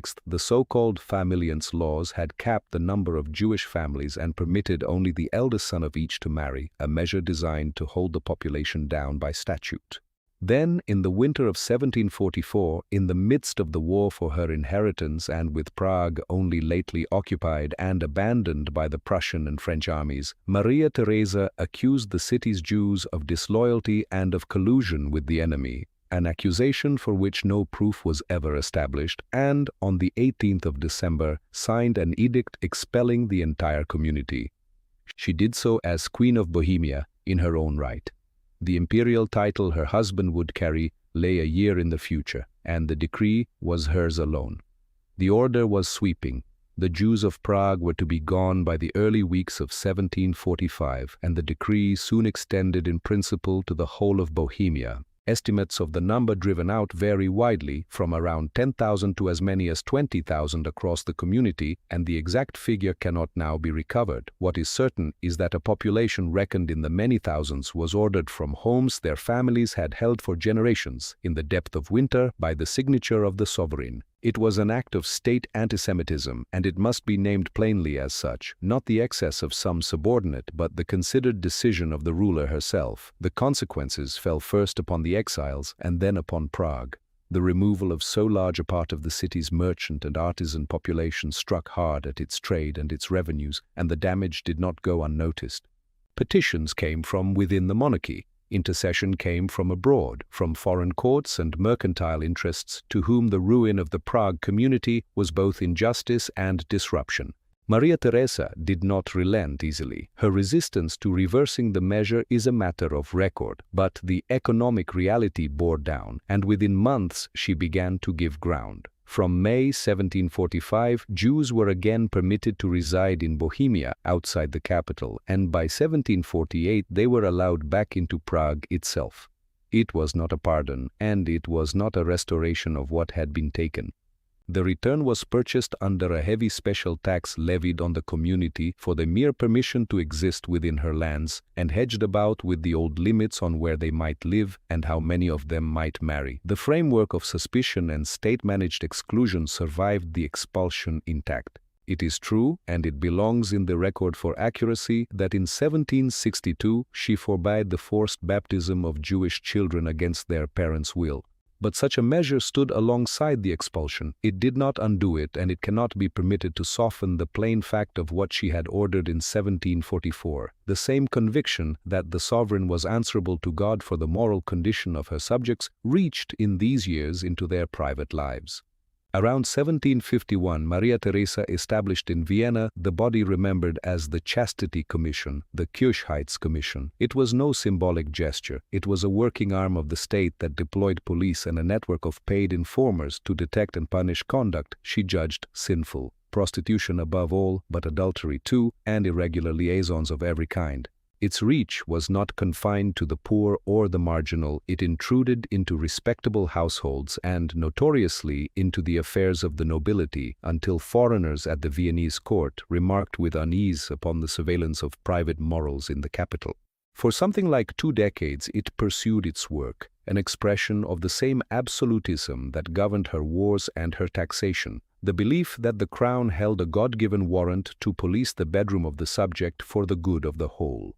Presented soberly, without exaggeration, it remains a chilling thing, the faith-driven state extending its authority past the church door and the courtroom and into the most private corners of ordinary life. To set all of this beside the legend of the Landesmutter is not to catch Maria Theresa in a contradiction, it is to see her whole. She did not experience her severity as a betrayal of her maternal role, but as an extension of it, the duty of a mother to correct her children and to guard them from what she was certain was the ruin of their souls. The very piety that drove the persecutions drove also the genuine and exhausting labor of her rule. The schools she founded, the hospitals she improved, the charity she practiced, the personal austerity of her later years. The same woman who signed the expulsion of the Jews of Prague believed herself, in signing it, to be serving God and shielding her people. The two truths are not to be reconciled, and this account will not attempt to reconcile them. They are held together in the same hand because they were held together in the same person, a ruler for whom faith was at once the source of her tireless devotion to her subjects and the justification for real, deliberate, and lasting cruelty toward those who stood outside the narrow bounds of her truth. Let the fact stand, and let it be judged. Yet, for all this iron, for all this unwavering adherence to a vision of duty that demanded the suppression of the individual conscience, there remained a singular human vulnerability.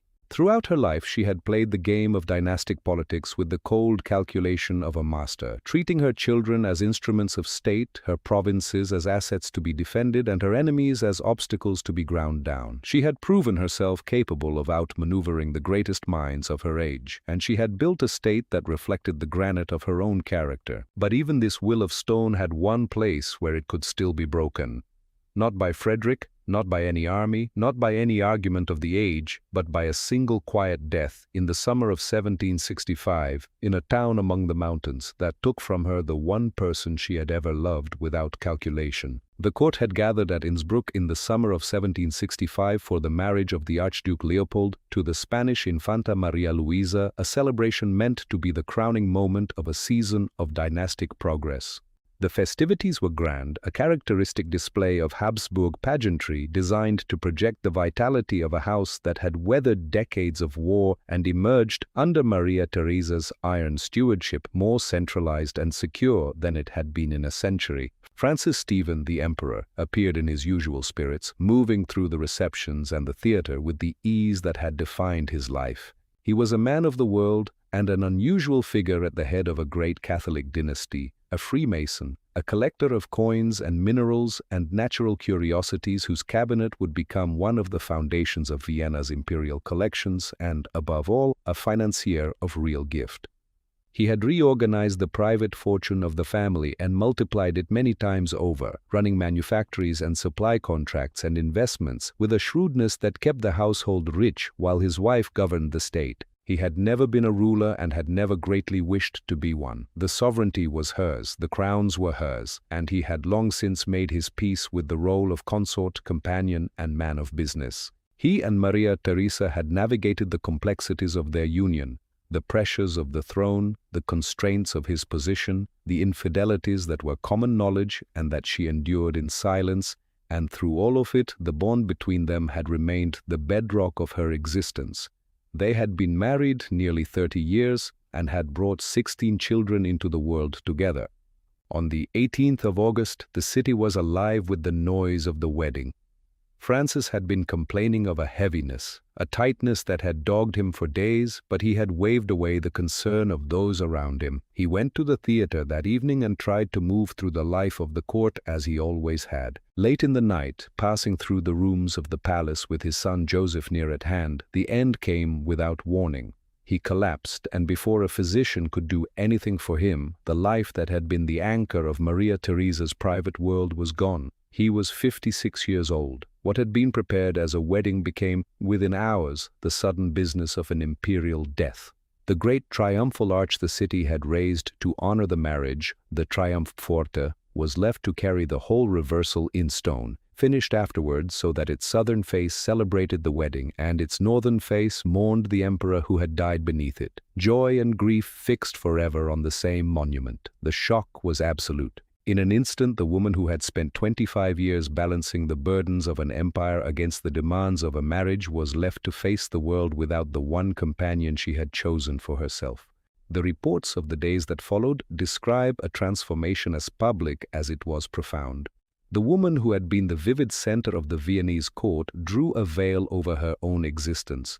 Tradition holds that she cut off her hair, that she ordered her private apartments at the Hofburg and at Schönbrunn stripped of their color and hung in the heavy black of mourning. These particular details come down to us as tradition and are best received as such. What is certain, and what remained fixed for the rest of her life, is the shape of what she did next. She put on the black dress of a widow and never again set it aside, wearing it through the 15 years that were left to her. She marked the day and the hour of his death and observed them ever after, reckoning the time that separated her from him. On the 18th of each month she withdrew into devotion, and each August, in the month he had died, she retired into seclusion altogether. She stripped much of the old lightness and expense from her court, turned the room at Innsbruck where he died into a chapel, and endowed beside it a foundation for noble women in his memory. Her grief was expressed not in words we can quote but in acts we can document, and the acts were unmistakable. She organized the remainder of her existence around an absence, and built that absence into the calendar and the very fabric of her state. This grief was not a retreat from power. It was, if anything, a reordering of the self around the iron that had always been its core. Observers remark that the Empress, as she was still called, now by the courtesy of her late husband's title, rather than by any right of her own, for the imperial dignity had died with Francis, grew more severe, more wholly absorbed in the mechanics of her state and in the practice of her religion. She did not fade, she narrowed. She withdrew from the dancing and the theater and the lightness of the middle years and turned what remained of her energy toward government and God. Yet every report from her ministers confirmed the same thing. Her grasp on the reins had not loosened by a finger's width. The hand that signed the orders was as analytical, as exacting, and as unrelenting as it had ever been. In the first shock of her loss, she is said to have weighed retirement from the world altogether, the cloister, the surrender of the crown to her son. But she did not lay the burden down. She had never once set duty aside for grief, and she did not begin now. She had lost the companion of her life, and she governed on. The death of Francis brought with it a structural change she could not ignore. By the constitution of the Holy Roman Empire, the imperial office was a masculine one, and it passed at once, on his death, to their eldest son. Joseph had been elected king of the Romans the year before, in 1764, precisely so that the succession to the imperial crown would be smooth and uncontested. Now, in August 1765, he became the Emperor Joseph II. For a woman who had spent her whole life defining the true source of her own power, who had fought a continent to a standstill to secure her right to the hereditary lands under the pragmatic sanction, this posed a delicate and genuine danger. The imperial title was her son's. The Habsburg crowns, the real foundation of everything, were hers. She would not permit the one to become a lever against the other. Within weeks of the funeral, she acted, in the only way the situation allowed. She named Joseph her co-regent in the hereditary lands. It was a stroke of political containment.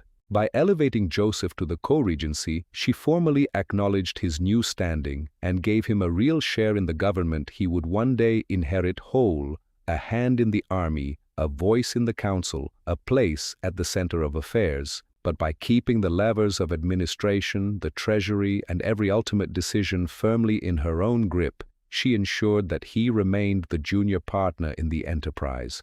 Time and again, in the years to come, he would feel the limit of his power and strain against it, and time and again, she would hold the line. She had tethered the restless energy of her heir to the bedrock of her own established system. It was a partnership of necessity, arranged in the first weeks of her widowhood, and it was also the seed of the long, slow-burning conflict that would fill the last decade and a half of her reign. For Joseph was a creature of a different age. Where Maria Theresa was a child of the Baroque, of the Counter-Reformation Church, and of the old ordering of society, Joseph was a child of the Enlightenment.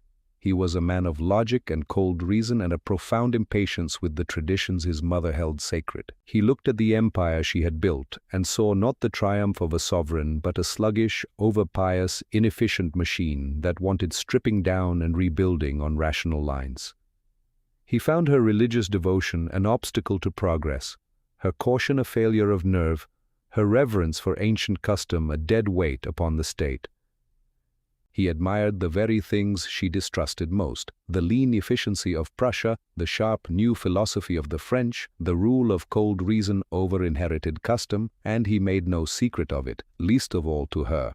They were two sovereigns sharing one throne, and their visions were fundamentally incompatible. Maria Theresa, draped in the black of her mourning, continued to oversee the empire with the caution of a woman who knew exactly how close she had once come to losing everything. She leaned on the trusted servants who had helped her survive the wars against Frederick, men like Kaunitz, who understood the worth of the old alliances and the necessity of a stable state, and she measured every proposal against 40 years of hard experience. Joseph, restless and certain, looked outward and forward toward a future he was sure his mother was holding back by main force.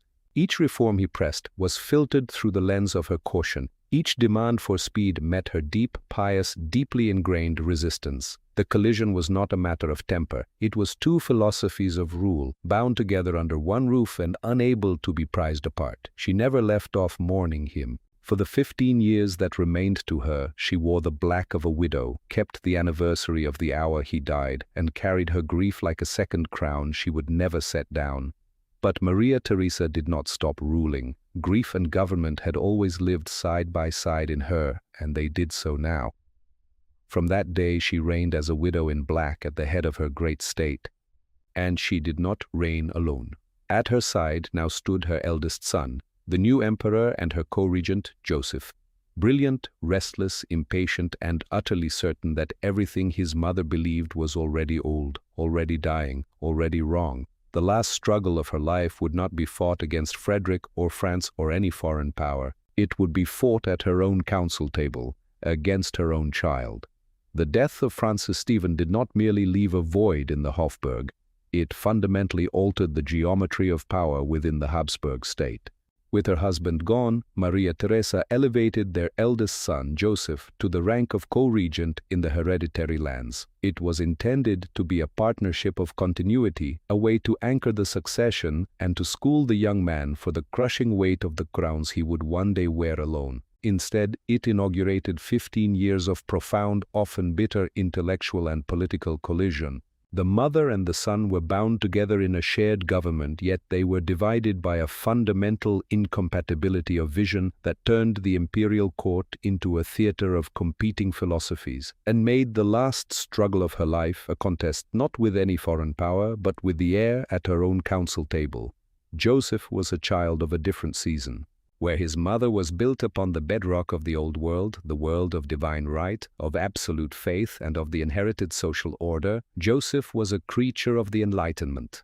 He read the philosophers. He traveled his own dominions and his neighbors in near anonymity under the transparent alias of the Count of Falkenstein, stopping to see for himself how the common people lived and how other states were run. And he looked at the sprawling, deliberate, deeply traditional machinery of his mother's empire with a cold, rationalist impatience.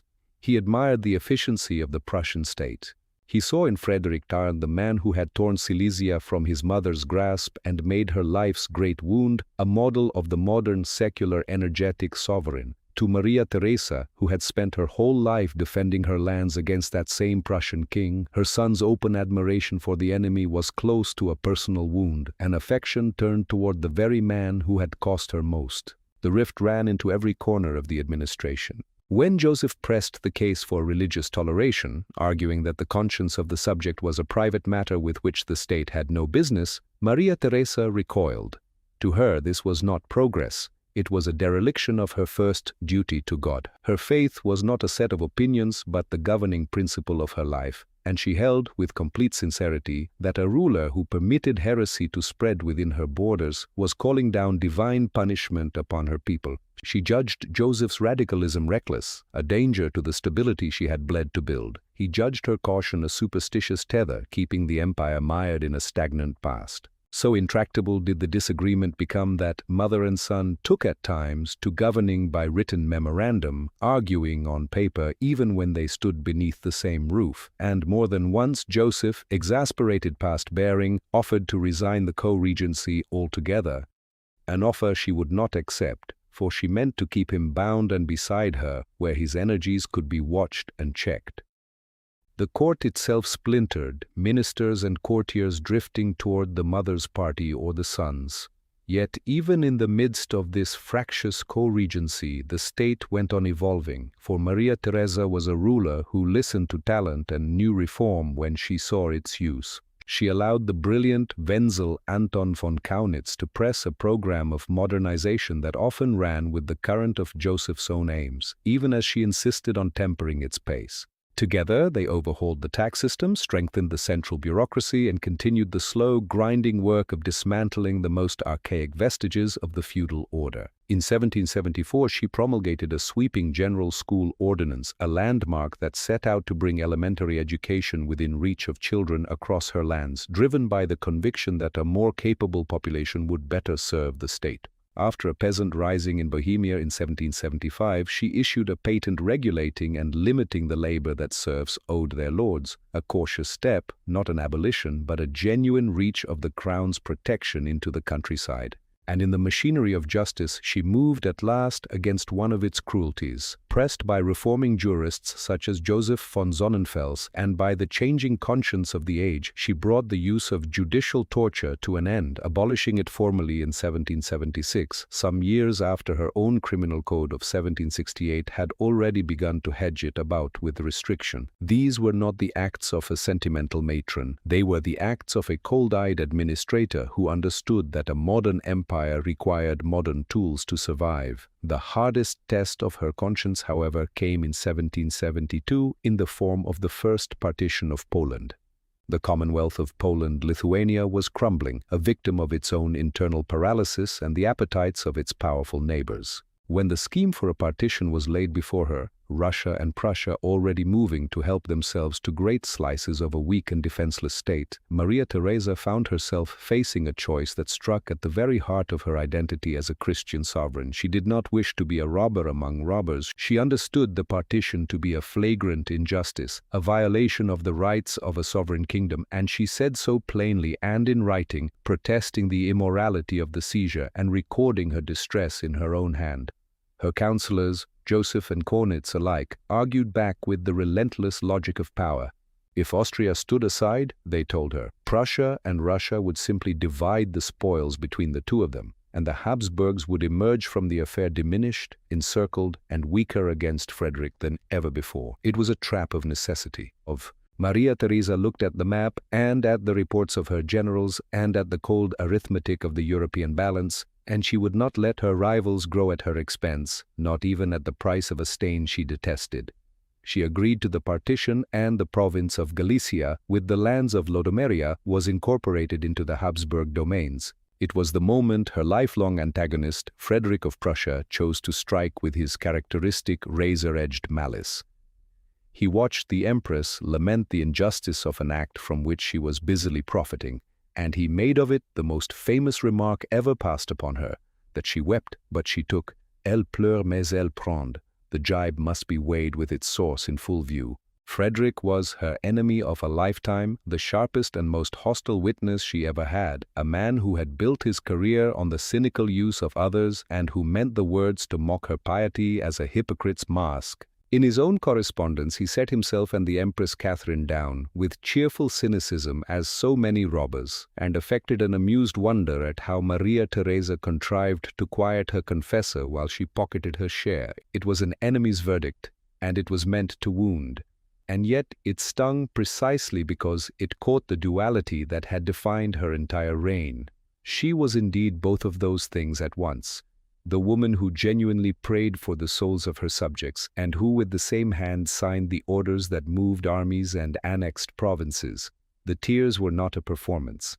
Her distress at the moral compromise was as real as her decision to take the territory. She lived to the end in the gap between the world as she believed God meant it to be and the world as the cold necessity of survival actually was. The same tension broke surface again, and more dangerously, in the last years of the reign. When the Bavarian electoral line failed at the end of 1777, Joseph moved swiftly to seize the opening, pressing a claim to a share of the Bavarian inheritance and marching troops to make it good. Exactly the kind of bold stroke his mother distrusted. Frederick, unwilling to see Austria enlarged, took the field against him, and by the summer of 1778 the two German powers were at war once more. Maria Theresa was appalled. She had buried too many subjects in the wars for Silesia to spend the peace of her old age on another struggle with Frederick over a province, and this time she did not merely counsel caution, she acted behind her son's back, opening her own secret channel to the Prussian king in search of a way out. The war itself, a grinding affair of maneuver and foraging with little pitched battle, ended not in blood but in negotiation.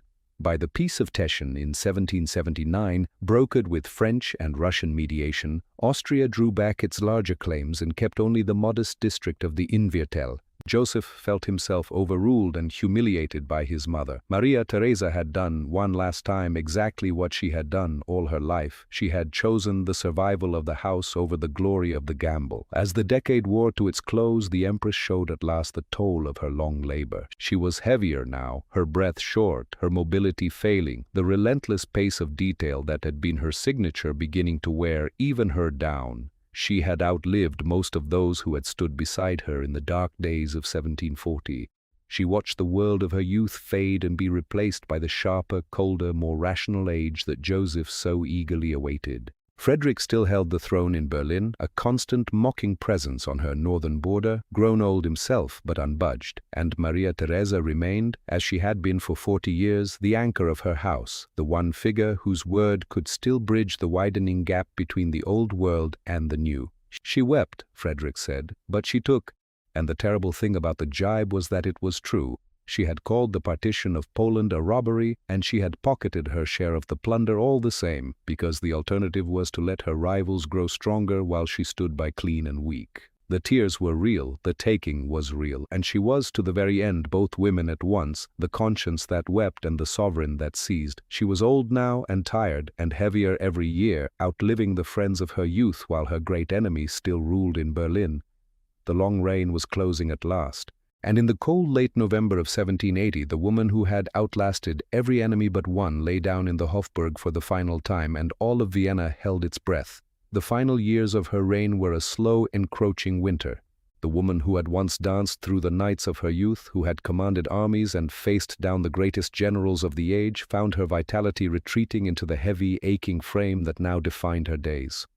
She had survived a near-fatal bout of smallpox in 1767, but her strength had never entirely returned. She had been Archduchess of Austria, Queen of Hungary and Bohemia in her own right, the sovereign who held the whole Habsburg inheritance by her own title. She had been Holy Roman Empress, but only ever by her marriage to the man who wore that crown, and since his death not even that in more than courtesy. In the autumn of 1780 she was, at the last, simply a woman whose body was failing her. Her breath grew short. Her strength ebbed. The formidable intellect that had once managed the accounts of a dozen provinces and the marriage alliances of half a continent turned now toward the quiet, final certainty of the end. In November, the end came at the Hofburg in Vienna. She caught a chill that settled into her laboring lungs, and she did not recover from it. she did not retreat into the comfort of illusion. When her physicians came to her, she demanded the plain truth of her condition and refused to be coddled or spared the verdict of her own mortality. And as the illness closed on her, she declined the remedies that would have dulled her senses, choosing to meet death with a clear and waking mind. She could scarcely breathe lying down, and would not be laid flat. She received the last rites of the church that had ordered her whole existence, and she took her leave of her children and her household, ordering her affairs to the last with the same command of detail she had brought to the business of state. Her son Joseph, the co-regent with whom she had locked horns for 15 years, the heir whose restless Enlightenment zeal had stood in constant, abrasive contrast to her own deep-anchored tradition, scarcely left her side through the final days. On the 29th of November, 1780, in the evening, after an illness of little more than a week, the life of the only woman ever to rule the Habsburg dominions in her own right came to its end. She was 63 years old. They buried her in the Kapuciner Gruft, the Capuchin crypt that was the traditional resting place of her house, and laid her in the great double sarcophagus she had commissioned during her own lifetime, more than a quarter of a century before her death.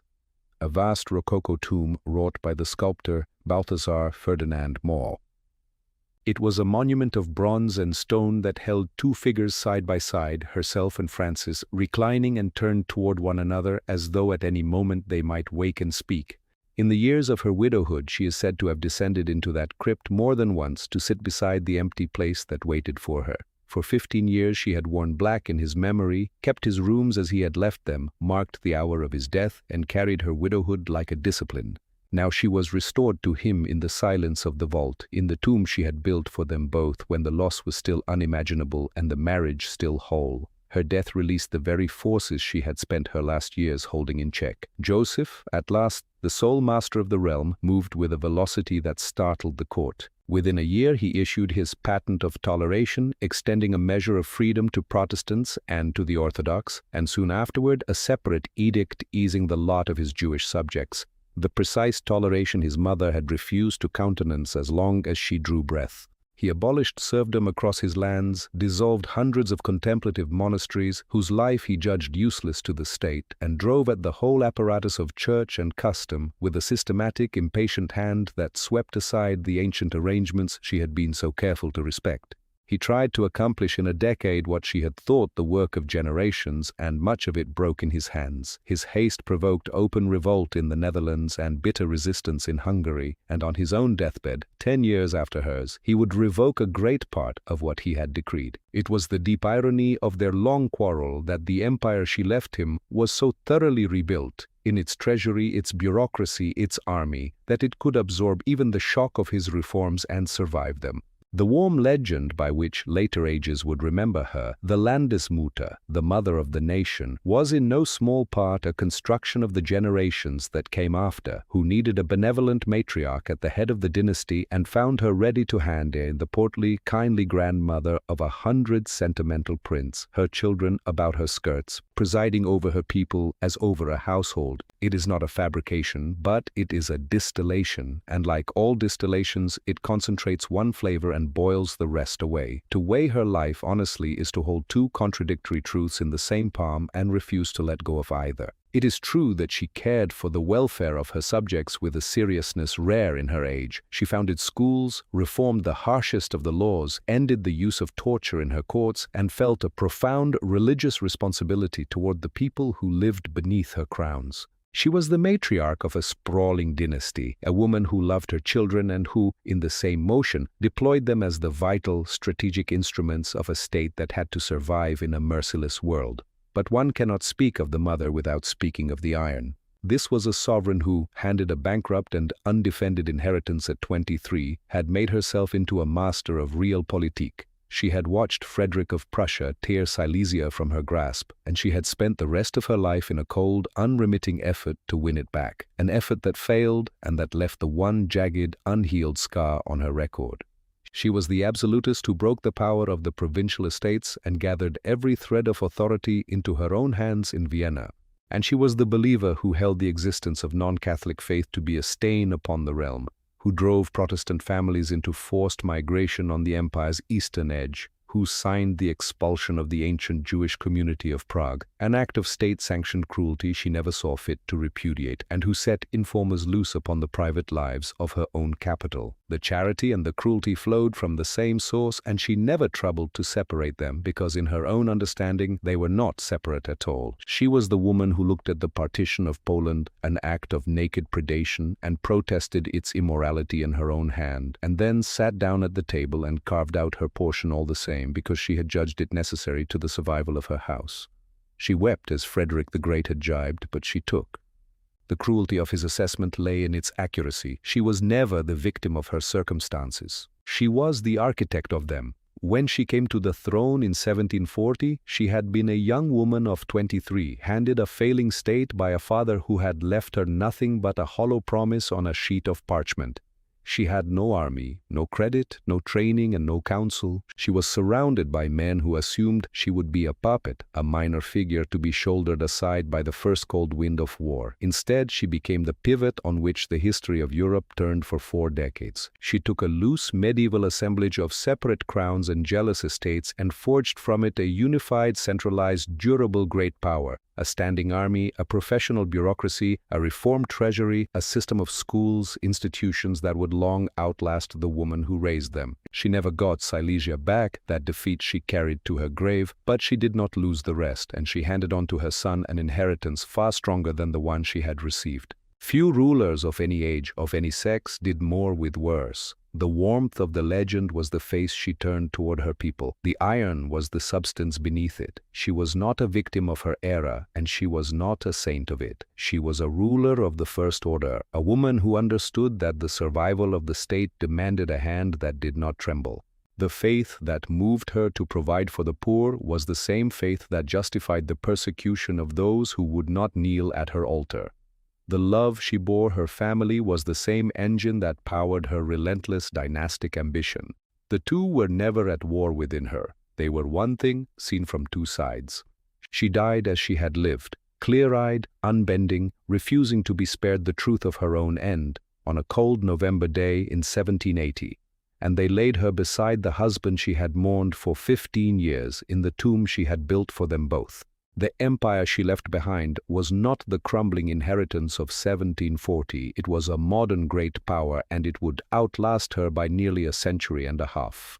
That was the achievement, and it was real, but so was the cost and the hardness and the exile and the fear she left in the corners of her own realm. The gentle mother of the nation and the iron mistress of it were never two women. They were one, whole and entire.